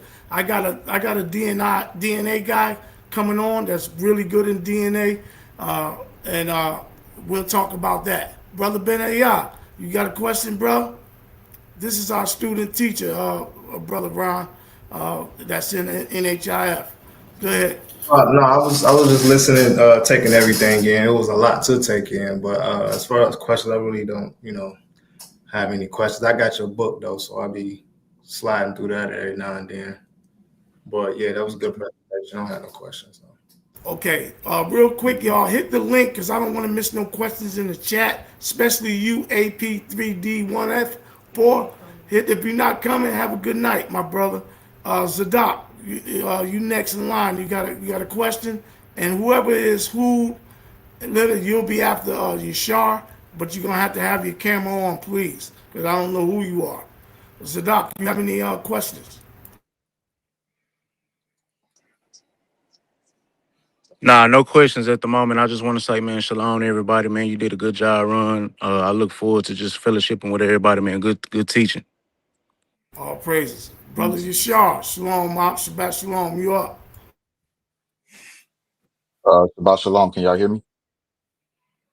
Yes. Okay. Yes. First and foremost, man, great presentation. I don't know many people who can break down the DNA the way I just saw you do. My question, I had two of them. I think they should be probably short answers. My first question was, should I be seeing some of these things that you mentioned from the other mixtures that we've had with our people? Should I be seeing some of these things through like some of my DNA results, or are those things too far in antiquity to pick up now? Because I understand that the DNA test now mostly can only pick up like the last like 400 or 500 years, give or take, and the people that you also related to who still exist on Earth, of course. So I wanted to know what your thoughts were on that. It's going to just tell you if it tells you your haplogroup, it'll give you either EM2 or it'll give you the SMPs, which you can decipher that they only give you the SMPs like U175 and U190. But I mean, even if it gives you just the tribe, if it says Igbo tribe, then you know that they're the Israelites. If it gives you the Yorubas, they're the Israelites. If it gives you Bokongos, they're the Israelites. If it tells you that your DNA most closely matches up with the Akans or the Ashantis or the Eves or the Gas, Mandinkas, and you know that majority of them are Israelites. They even be Malay. So it depends on the test you're getting and what data it gives you. And then if you need help, Barak or me can just break it down and tell you, oh yeah, that's the E1B1A subclade. Okay. Yeah. Okay. Thank you for that. I did ancestry.com, so it gave me a lot of region, and I had to go do more research from there. I did enough deep research that I even found out I have Limba in my DNA, and I know the Limba they say have the oral tradition of coming from the tribe of Levi, and also I have Nigeria and Ghana and Mali as well. I have a few of those things mixed in there. Of course, the Bantu tribes and things like that. My second question was based on something that you had said about the Edomite man who married Pharaoh's daughter. And I was wondering, is it possible that the reason why a Pharaoh arose in Egypt that decided to enslave the children of Israel, could that possibly have been that Edomite that married that woman, or was that like generations later after the fact? No, that was before the Exodus. So First Kings is after the Exodus with Hadad and the Edomite. I mean, the only way for that to happen is if Esau, I mean, the Bible just tells us that Esau had Canaanite wives, and then he had a wife with the daughter Ishmael, and then it says that he left and went to another area and mingled with the Horites and dwelt with the Horites. It doesn't tell us anything in between. I mean, let's just say maybe some Edomites stopped in Egypt and had some children with some Egyptian pharaoh's daughters or princesses, and then they became, Edomite pharaohs. We wouldn't know that because if it's not in the Bible, how are we going to tell that? But based on what the Bible states, we can't confirm that. That's the only thing. I mean, it is possible, but the Bible is going to give you a play of every single month, every single year, every little nook and cranny of timeline that Esau and his sons were running around having relations with women. So, it is what it is, because you look at Genesis 10. Put doesn't have any sons. Put has no sons. Like Put, it doesn't say who the sons of Put are, but we know the Libyan Puttites existed. And the same thing with some other Ham had 4 sons, but of course it's not going to tell you all the genealogy and all sorts of stuff. So Esau's genealogy is listed in particular books, but all of Esau's genealogy, I don't believe we know everything that he did when he left the land of Canaan. I mean, he might have stopped in Egypt along the way when he got to the land of the Horites. Who knows? But it's a possibility. But we wouldn't know that unless we knew the DNA of the Pharaoh that said, I don't know who Joseph is. Like, let's oppress these Israelites. Right. No, I appreciate that, man. Again, Shabbat Shalom. I hope y'all have a great rest of y'all's day. And again, Brother Ron, fantastic presentation. I'm having to watch it a few times just to ingest everything that that you taught, just to even add a little bit of it to my knowledge and understanding. So like I said, I really appreciate it. Shabbat Shalom. Praises. Hoodoo, you gotta put your camera on. You can't ask no questions unless you're gonna put your camera on, please. I apologize. I can't turn my camera on. Okay, well I can't. You can't ask no questions, my brother, because I don't. First of all, your name. No offense, no disrespect. I just don't know who you are. and I can't go with that. I can't. No, I'm not about to do nothing weird, but if I can't ask the question without turning my camera on, I understand. All right, Shabbat Shalom, my brother. Peace. Peace. All right. So everybody, my wife's got a question in the chat. What was the question for Sister Reveal? Had a question. Yes. Go ahead. Says, are non-Afro Mexican, are they Israelites? Non-Afro Mexican. The Mexicans today, we have to be careful because the ones that are not Afro, we have to, I mean, realistically, you will have to see their DNA, because if their DNA is connecting them to a white man in Europe, then we cannot say that they're the Israelites. A lot of Latinos are the direct result of Spaniards intermarrying with the indigenous women of the land. So when they came massacring the Indians, they were killing the men who were fighting them, and then they would take the wives and the children and just raise them up or have relations with them and have these biracial children. So a lot of them, the only way to tell if they have any true indigenous paternal ancestry to the ancient Indians versus a white man is to get their DNA test. Now, the Indians that were in the Americas before the white man got here, that were brown skinned, dark skinned people, darker than me, but they didn't have afros and they didn't look like Africans. Now that is a topic of debate on whether they're the Israelites or not. I know that there is strong elements of Hebrewisms being talked about in books and in some of the tribes on where they came from and how they got there, and some of the things that they say and some of the things they do, like their traditions, reminisce Hebraic customs. The only way to really tell if Mexicans are related to the white man or not is to get a DNA test. And unfortunately, we don't have a lot of DNA studies to say, let's say 90% of Mexicans are descendants of European men. On the maternal side, most of them have indigenous maternal DNA, as does most African American men and women, because the white man, when he would rape the African slaves, women, he would pass down his paternal lineage to the children. But when you forcefully impregnate another woman, the woman's DNA still passes down as her African DNA to her children. Even though her children are now biracial, she still bears the maternal DNA of her ancestral African mother. The white man cannot change her maternal DNA, even if he forcefully impregnates her and she has a biracial child. So that's the reason why most African American men and women have the L haplogroup in their DNA test on the mother side.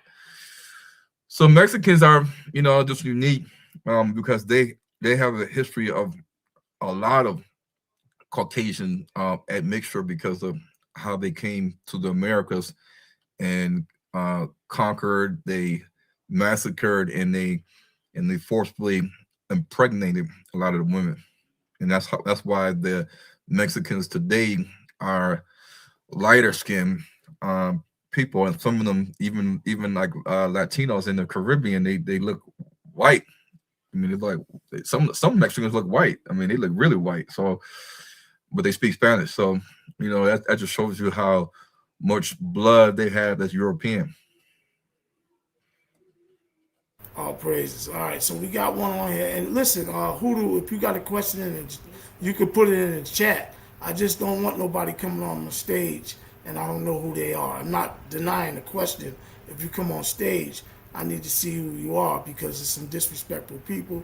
You may have not been that time, but that's how I run my house and my ministry. But all questions in the chat I can try to answer. I'm gonna answer a couple of let Ron answer a couple more, and I'm gonna let him go. This question here is Zulu a Israelite or a Hamite? They're Israelites. They come from the Congo. Israelites. Yeah, definitely the Congo. Good question too, Brother Jediah. Did you think it'd be a last question before we get ready to go? Who? Jesse _ K3. Shalom. Okay. Yes. I wanted to say appreciate the work that you did on behalf of Yah and the people. It's a great moment for Israel, historic. I wanted to ask, that was it came back to me. How did you get into the study of this? Yeah, like what was your inspiration to start studying the anthropologic differences of people? Because I'm in the medical field and I was around medical libraries, like in the hospital, and I like science. I just said there's got to be another way to prove that we are the Israelites other than Deuteronomy 28:68. And a lot of the Israelites at the time, they were just talking about the curses, and the Egyptians were black. That's the proof, all these different verses in the Bible. And I wanted to show extra biblical scientific proof that we can tie ourselves to the ancient Israelites through Africa, then through going back to Egypt.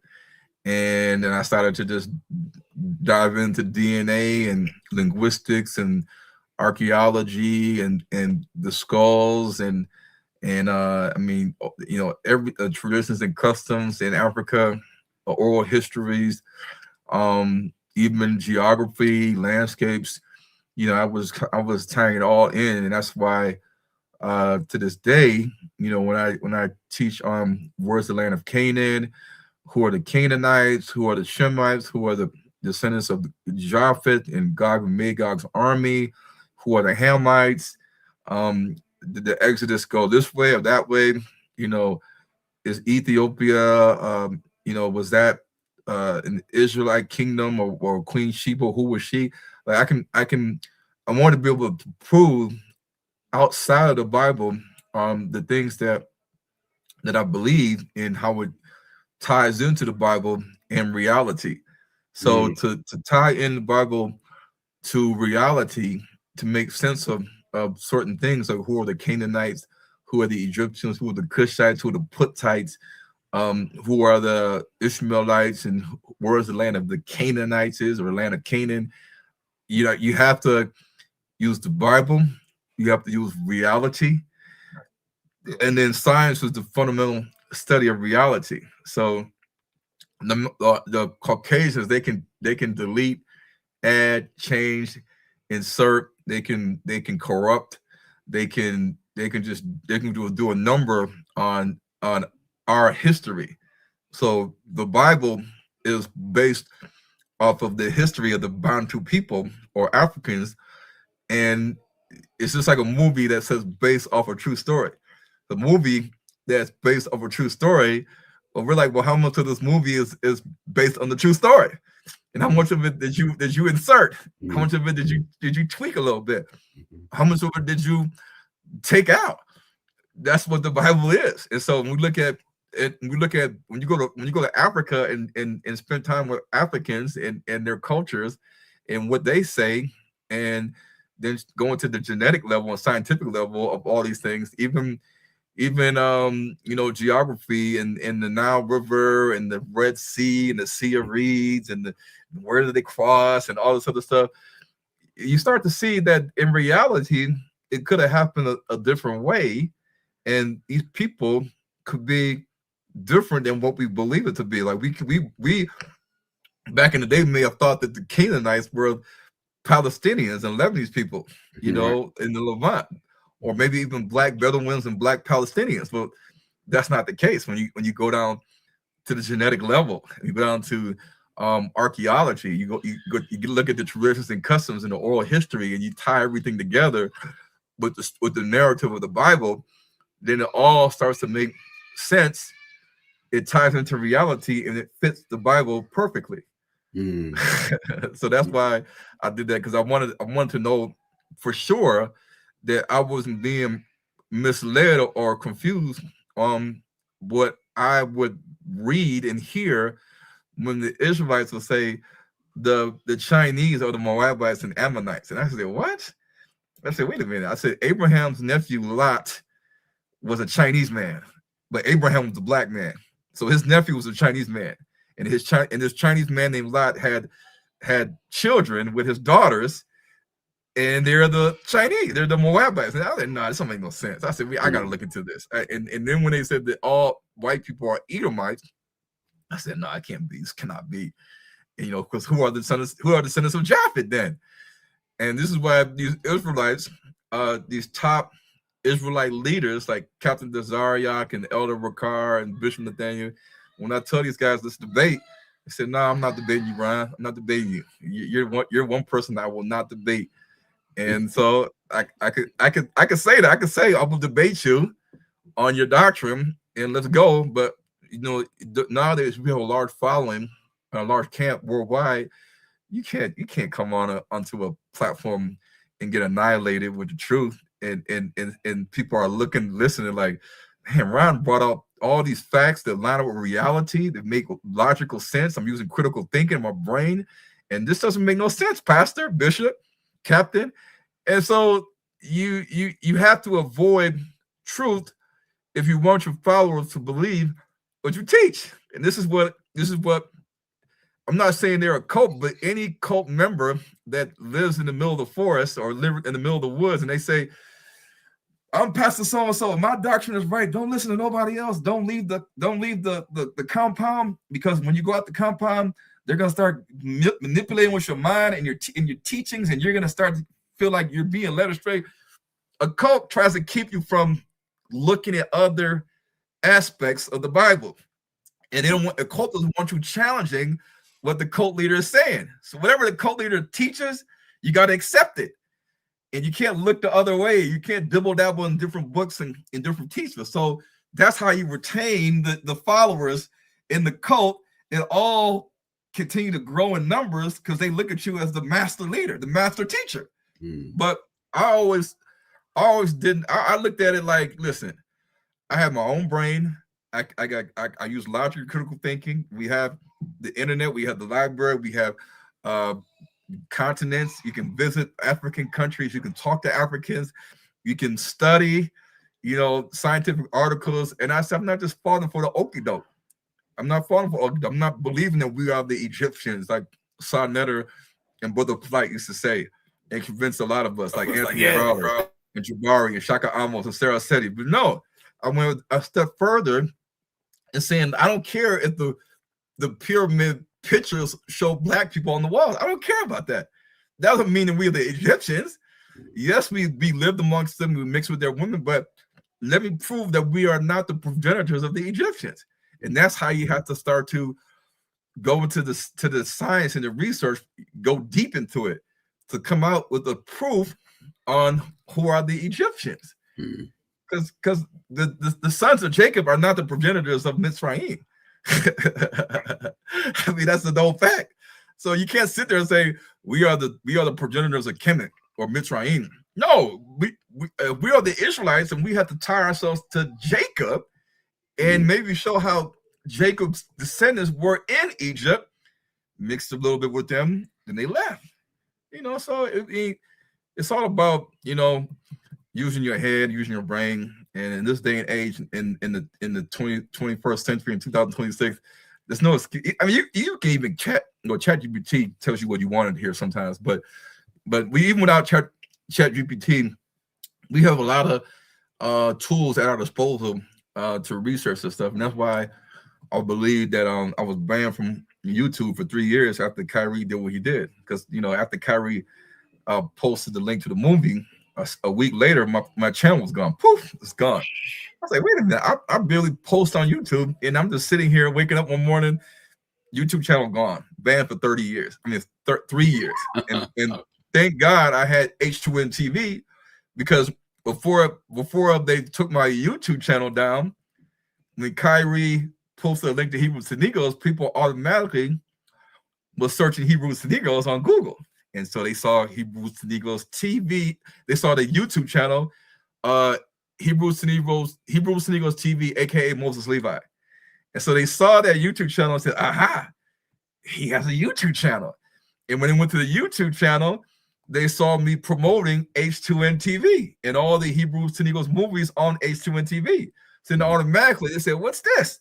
And they started subscribing to H2N TV to get more knowledge and information, because Amazon had only approved 2 movies, the movie that Kyrie showed and another movie. All the other movies that I tried to publish on Amazon, they rejected it. So when all the people was trying to search for Hebrews to Negroes, it was taking them to Hebrews to Negroes TV, aka Moses Levi YouTube channel. Mm-hmm. And on that YouTube channel, I use YouTube as a main marketer, advertiser for H2N TV, my own platform. And so when they saw all the people were subscribing to H2N TV, so now they're on my platform, looking at all my information, like what I just showed you today. They're like, oh no, we can't allow this to happen. We cannot allow 500,000 people to get abreast of Ron Dalton and where he is putting all his material on for everybody to see. And so they took the YouTube channel down, poof, gone. And so that's how I know that they're scared. Yeah, all praises. Good, Jediah? Salute. Thank you.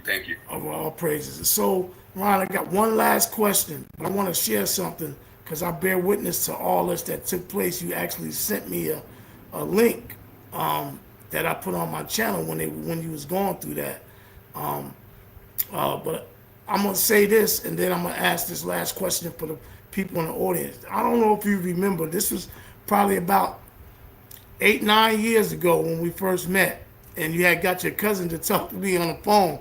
I was fighting to get your book in federal prison, and they was rejecting your book. You remember that? And you was scared. You was leery of talking to me because I told you I just come out of federal prison. You put your cousin, and you had your cousin call me and talk to me. You remember that?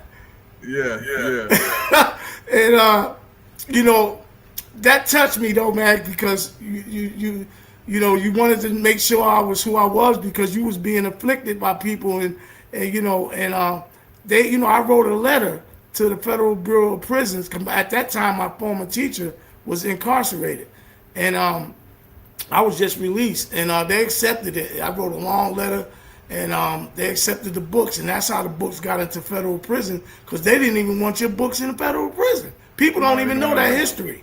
They don't even know it, and that's the truth. And also, I wanted to share with everybody about this is that in Africa, they are trying to ban Ron's movies and DVDs in Africa. And It is banned. Oh, they did ban it. Oh my goodness, man, that's crazy. Yeah, so these people are trying to stop the awakening, but they can't. So Ron, before I ask you this last question, well, let me get the question, then I want you to share it with your information where everybody can get your books, DVDs, and what your H2 channel is, and et cetera, et cetera. So what's the last question? This question is from Jesse_K3. Does O positive blood type have any relevance? I'm beginning to see a lot of chatter regarding O blood being the oldest blood type on Earth. True or not? No. I mean, Africans do have O positive, but it is one of the blood groups that the majority of Africans have. But I don't think we're the only ones that have O positive. But I don't think I want to use that as a marker of who we are in terms of the Israelites. But I wouldn't use that as a marker. It's just a blood type. That's all. All praise. All right, Ron. Tell everybody how they can get your material, and tell them about your channel that you have. They can get it on Roku and all that. Okay, so before I want to say this. Since even to now, a lot of chaplains are ordering the book Hebrews to Negroes. Some of them are some of them are experiencing difficulty when they try to send it to a inmate. But usually I tell them if you can't get it to an inmate, then you got to send it through the chaplain, and the chaplain can get it in there. Right. So I've seen a lot of that increase over the last couple years, and it's good that I still have the DVD, because the people in the prisons, they are ordering all the DVDs, the movies I make. So it is beneficial that I put the movies on DVD. People say, well, what's a DVD? Well, people don't use it no more. Well, in the prisons, they do. They do. And prior to the Kyrie incident, the FBI was tracking what they call, the Hebrew said, a major Hebrew in Detroit, and they said, Ron, Ron, I think that's you. I said, well, who else could it be? I said, because I'm the one that put the movie out in 2018 from Detroit. And so and even when I used to do Facebook Live with Shay Noy, Shay knows this, but she said basically the FBI called her baby daddy and said, do you know Shay Noy? And Shay was like, yeah, that's my child's father. And he said, well, do you know Ron Dalton? Because I used to do all these lives with Shay on YouTube back in the day, on Facebook. And they said, well, I don't know Ron Dalton like that. My child's mother knows Ron Dalton because she does Facebook and she's into the Hebrew thing. So the FBI was trying to get intel from her child's father about me. Like, do you know Ron Dalton? Do you know Shay Noy? And so Shay called me and said, my child's father called me and said the FBI was asking about me and you. And that's how I knew that before the Kyrie incident, that the small hats and the Gentiles, they were behind the scenes watching. So after this thing went down, the ADL and the FBI teamed up to combat anti-Semitism, because at that time, Kanye was saying his stuff, Kyrie was saying his stuff, and they were like, oh my goodness, is Ron in communication with Kanye and Kyrie? And so this is what all the media outlets like CNN, Washington Post, Newsweek, the New Yorker, the New York Times, and other agencies would call me, and they would say, I'm with the Washington Post. And they would say, are you in communication with Kyrie and Kanye? And I'm like, what? And they would ask me all these FBI questions. And I said, well, listen, I'm not telling you all this stuff. I said, you're going to have to interview me like you interview people on TV, and I'll say what I got to say. But I know by giving you a statement and answering all these questions, you guys are trying to get intel, and then you're trying to change my statement so that you can make it look like I said this and I really said this. I said, because you can do that when I issue you a statement. So I said, no, I'm not going to answer all these FBI questions. I said, but you can set up an interview. And they was like, we don't want to interview. They all said, we don't want to interview you. Candace Owens, Mark Lamont Hill, all these different media outlets that people were telling me to contact them. They were contacting them on my behalf. Even the Breakfast Club, Lorvins and Zion Lex and others tried to get me into the Breakfast Club during the Kyrie incident. They said Ron Dalton is in DC. He's in Washington DC. He can get to New York in like 3 hours. They say, well, he's the guy that made the movie that Kyrie did that got Kyrie in trouble. He's willing to come on the show. Do you want to talk to this guy? They were like, no. They were like, no. So all these Vlad TV, Drink Champs, all these places that Rizza Islam and others beyond Farrakhan beyond. The reason why nobody saw me doing an interview, but anybody knew in 2022, because all of the Black podcasters, Christian podcasters, media outlets, they don't want to talk to me. I mean, the only person that interviewed me was Lorvins, and he's the one that told me that Kyrie posted the link to the movie. I already know Lorvins. So, in that year, none of the Israelites, IUIC, ISUPK, GOCC, none of the Israelites said, let's talk to Ron Dalton. Let's get him on the show. let's talk to see what's going on with him. What kind of pushback is he getting from the small hats and the mass media since he's the one that made the movie? They didn't want to speak to Ron Dalton. So, this is the reason why I'm grateful to the Most High that in 2020 or 2021, I had started H2NTV.com, www.h2ntv.com, because I knew the day was coming when YouTube would cancel me, because they were already messing with my videos, giving me copyright. Most of it was community guideline strikes, hate speech. And I was like, this stuff is not hate speech. It's not anti-Semitic. But they were hitting me with these things, even copyright violations, dumb stuff. And so I said, it's a matter of time to where they just completely removed me off of YouTube and they banned me. So I had to create my own platform where I can do my own videos and not do a 3-hour-long presentation on YouTube, only for YouTube to delete it. Because I can't, what's the point of making a 2.5-hour-long video about who are the Egyptians on my YouTube channel back in the day, and then like a month later they take it down, or they say it's blocked in all these countries, so only these countries can see it. This is the kind of stuff I was going through. So I said, nah, I can't put all this work and time into doing this. And YouTube can, at whim, they can just delete your channel. They can take down the video. They can shadow ban your content so that you get less than 500 views.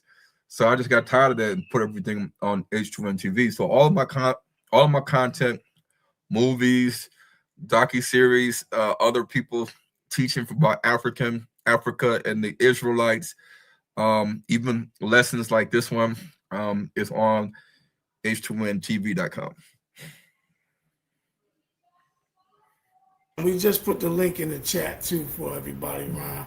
And can they get your DVDs off there and your books as well? The DVDs are still on Amazon.com. Right.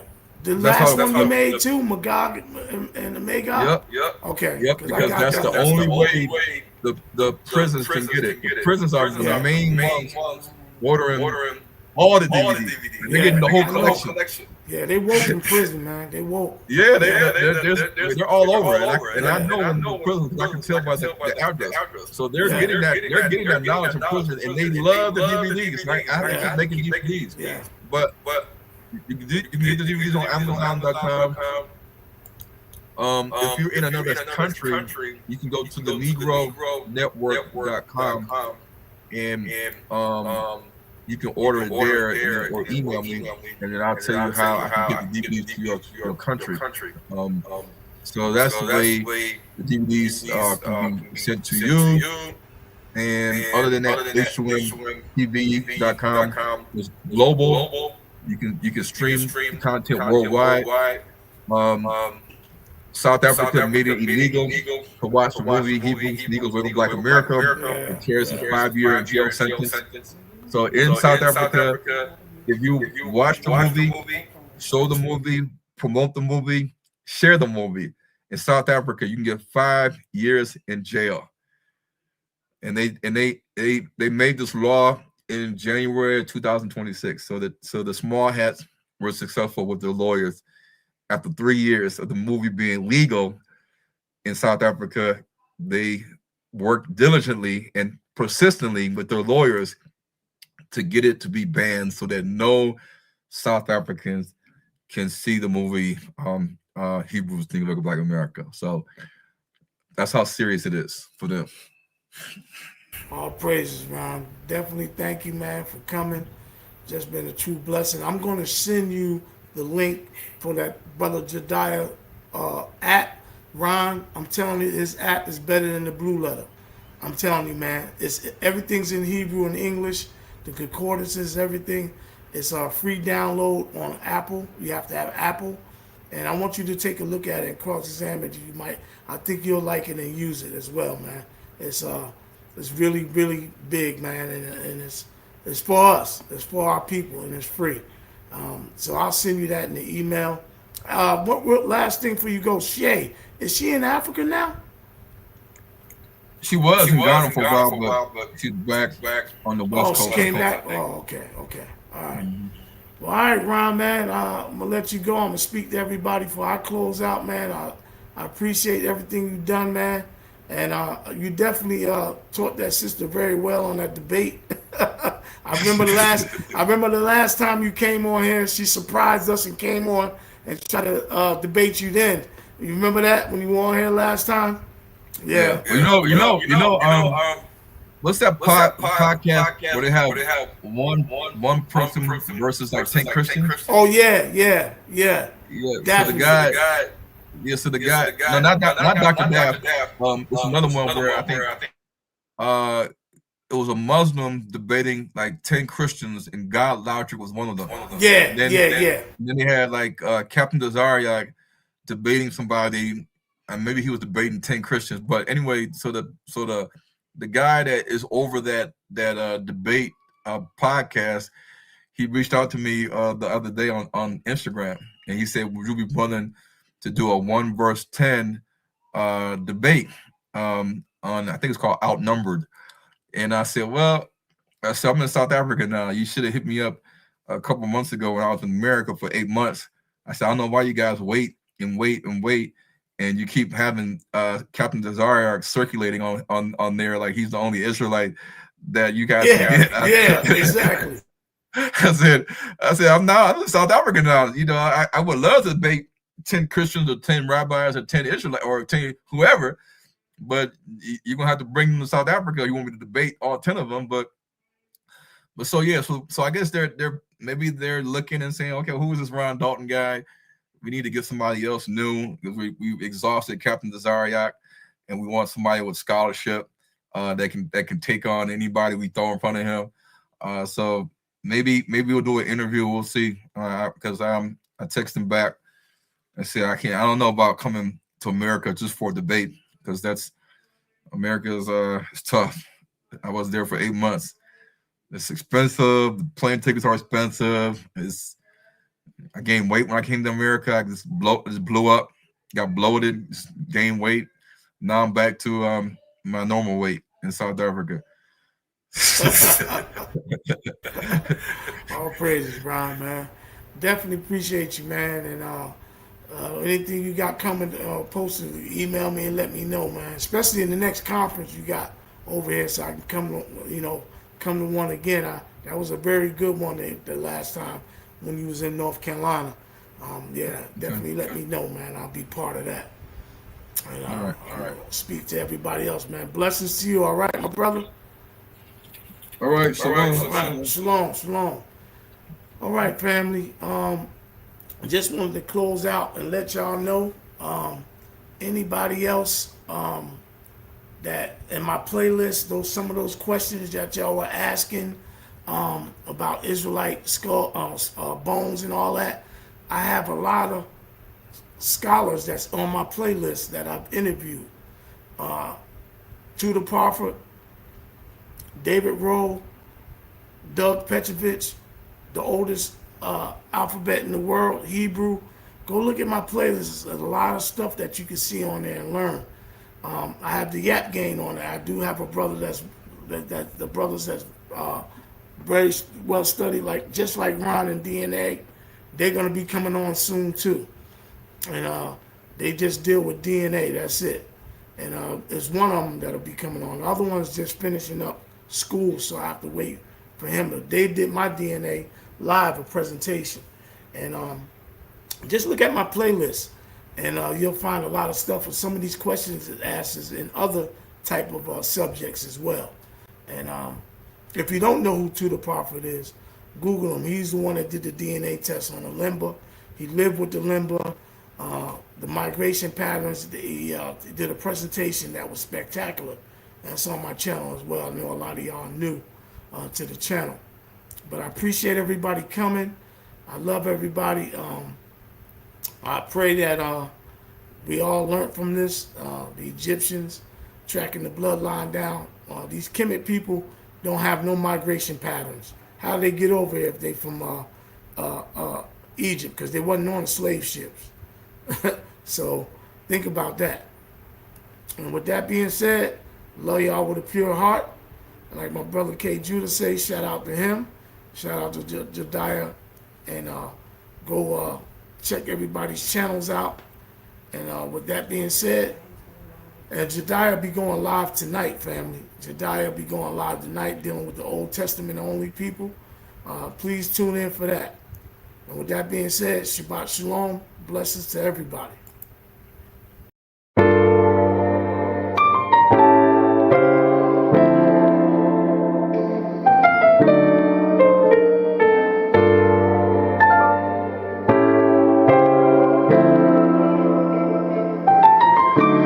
You only ever known.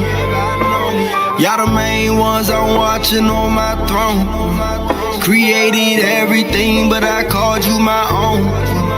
That land I gave you, put my name on it, my home. Yeah, that's my home. Israel, Abraham, Isaac, Jacob. I made a promise, can't nobody take it. I chose to put you above all the nations. Out of your graves, I chose to awaken. We made a covenant, don't you forsake it. Come get protected while they going crazy. Israel, my firstborn, my baby. Israel, my firstborn, my baby. I woke you up in your land of captivity. I do not change, I want you to remember me. Laws and commandments, I gave you the remedy. Go read the testimonies for your memory. I sent them prophets, but you wasn't hearing me. I come to you if you really come near to me. I heard your cry, now it's time to take it to me. I know what got you from all of your enemies. Who you know open the sea. Them waters was bitter, but I made it sweet. In case you ain't know how to swim, I'm your protector, so I made you walk on your feet. This a reminder you married to me. I just want you to be all I called you to be. They called you niggas, but I made you priests. I'm about to give you back everything. I'm sending plagues for you. I'm sending boys drying up rivers. I leave them dead for you. Tell Pharaoh, let my people go. You heard what I said for you. Tell Pharaoh, let my people go. You heard what I said for you. For you. You only ever known. Y'all the main ones I'm watching on my throne. Created everything, but I called you my own. That land I gave you, put my name on it, my home. Yeah, that's my home. Israel. I'm the reason you in captivity. We made a covenant, you ain't remember me. You broke the covenant, I sent your enemies. Get out my lane since you wasn't fearing me. I'm the reason they put you in chains. I'm the reason they switched up your name. I'm the reason why you in the hood. I'm the reason of all your pain. I'm sending flows fast daily. Think I don't love you. Y'all my babies. Gave my son. Must be crazy. Come out that system, come out of that lady. They got that military when I face me. It would not move me. It would not graze me. Remember Egypt. I did all that for my people. You only ever known. Y'all the main ones I'm watching on my throne. Created everything, but I called you my own. That land I gave you, put my name on it, my home. Yeah, that's my home. You only ever known. Y'all the main ones I'm watching on my throne. Created everything, but I called you my own. That land I gave you, put my name on it, my home. Yeah, that's my home. Israel.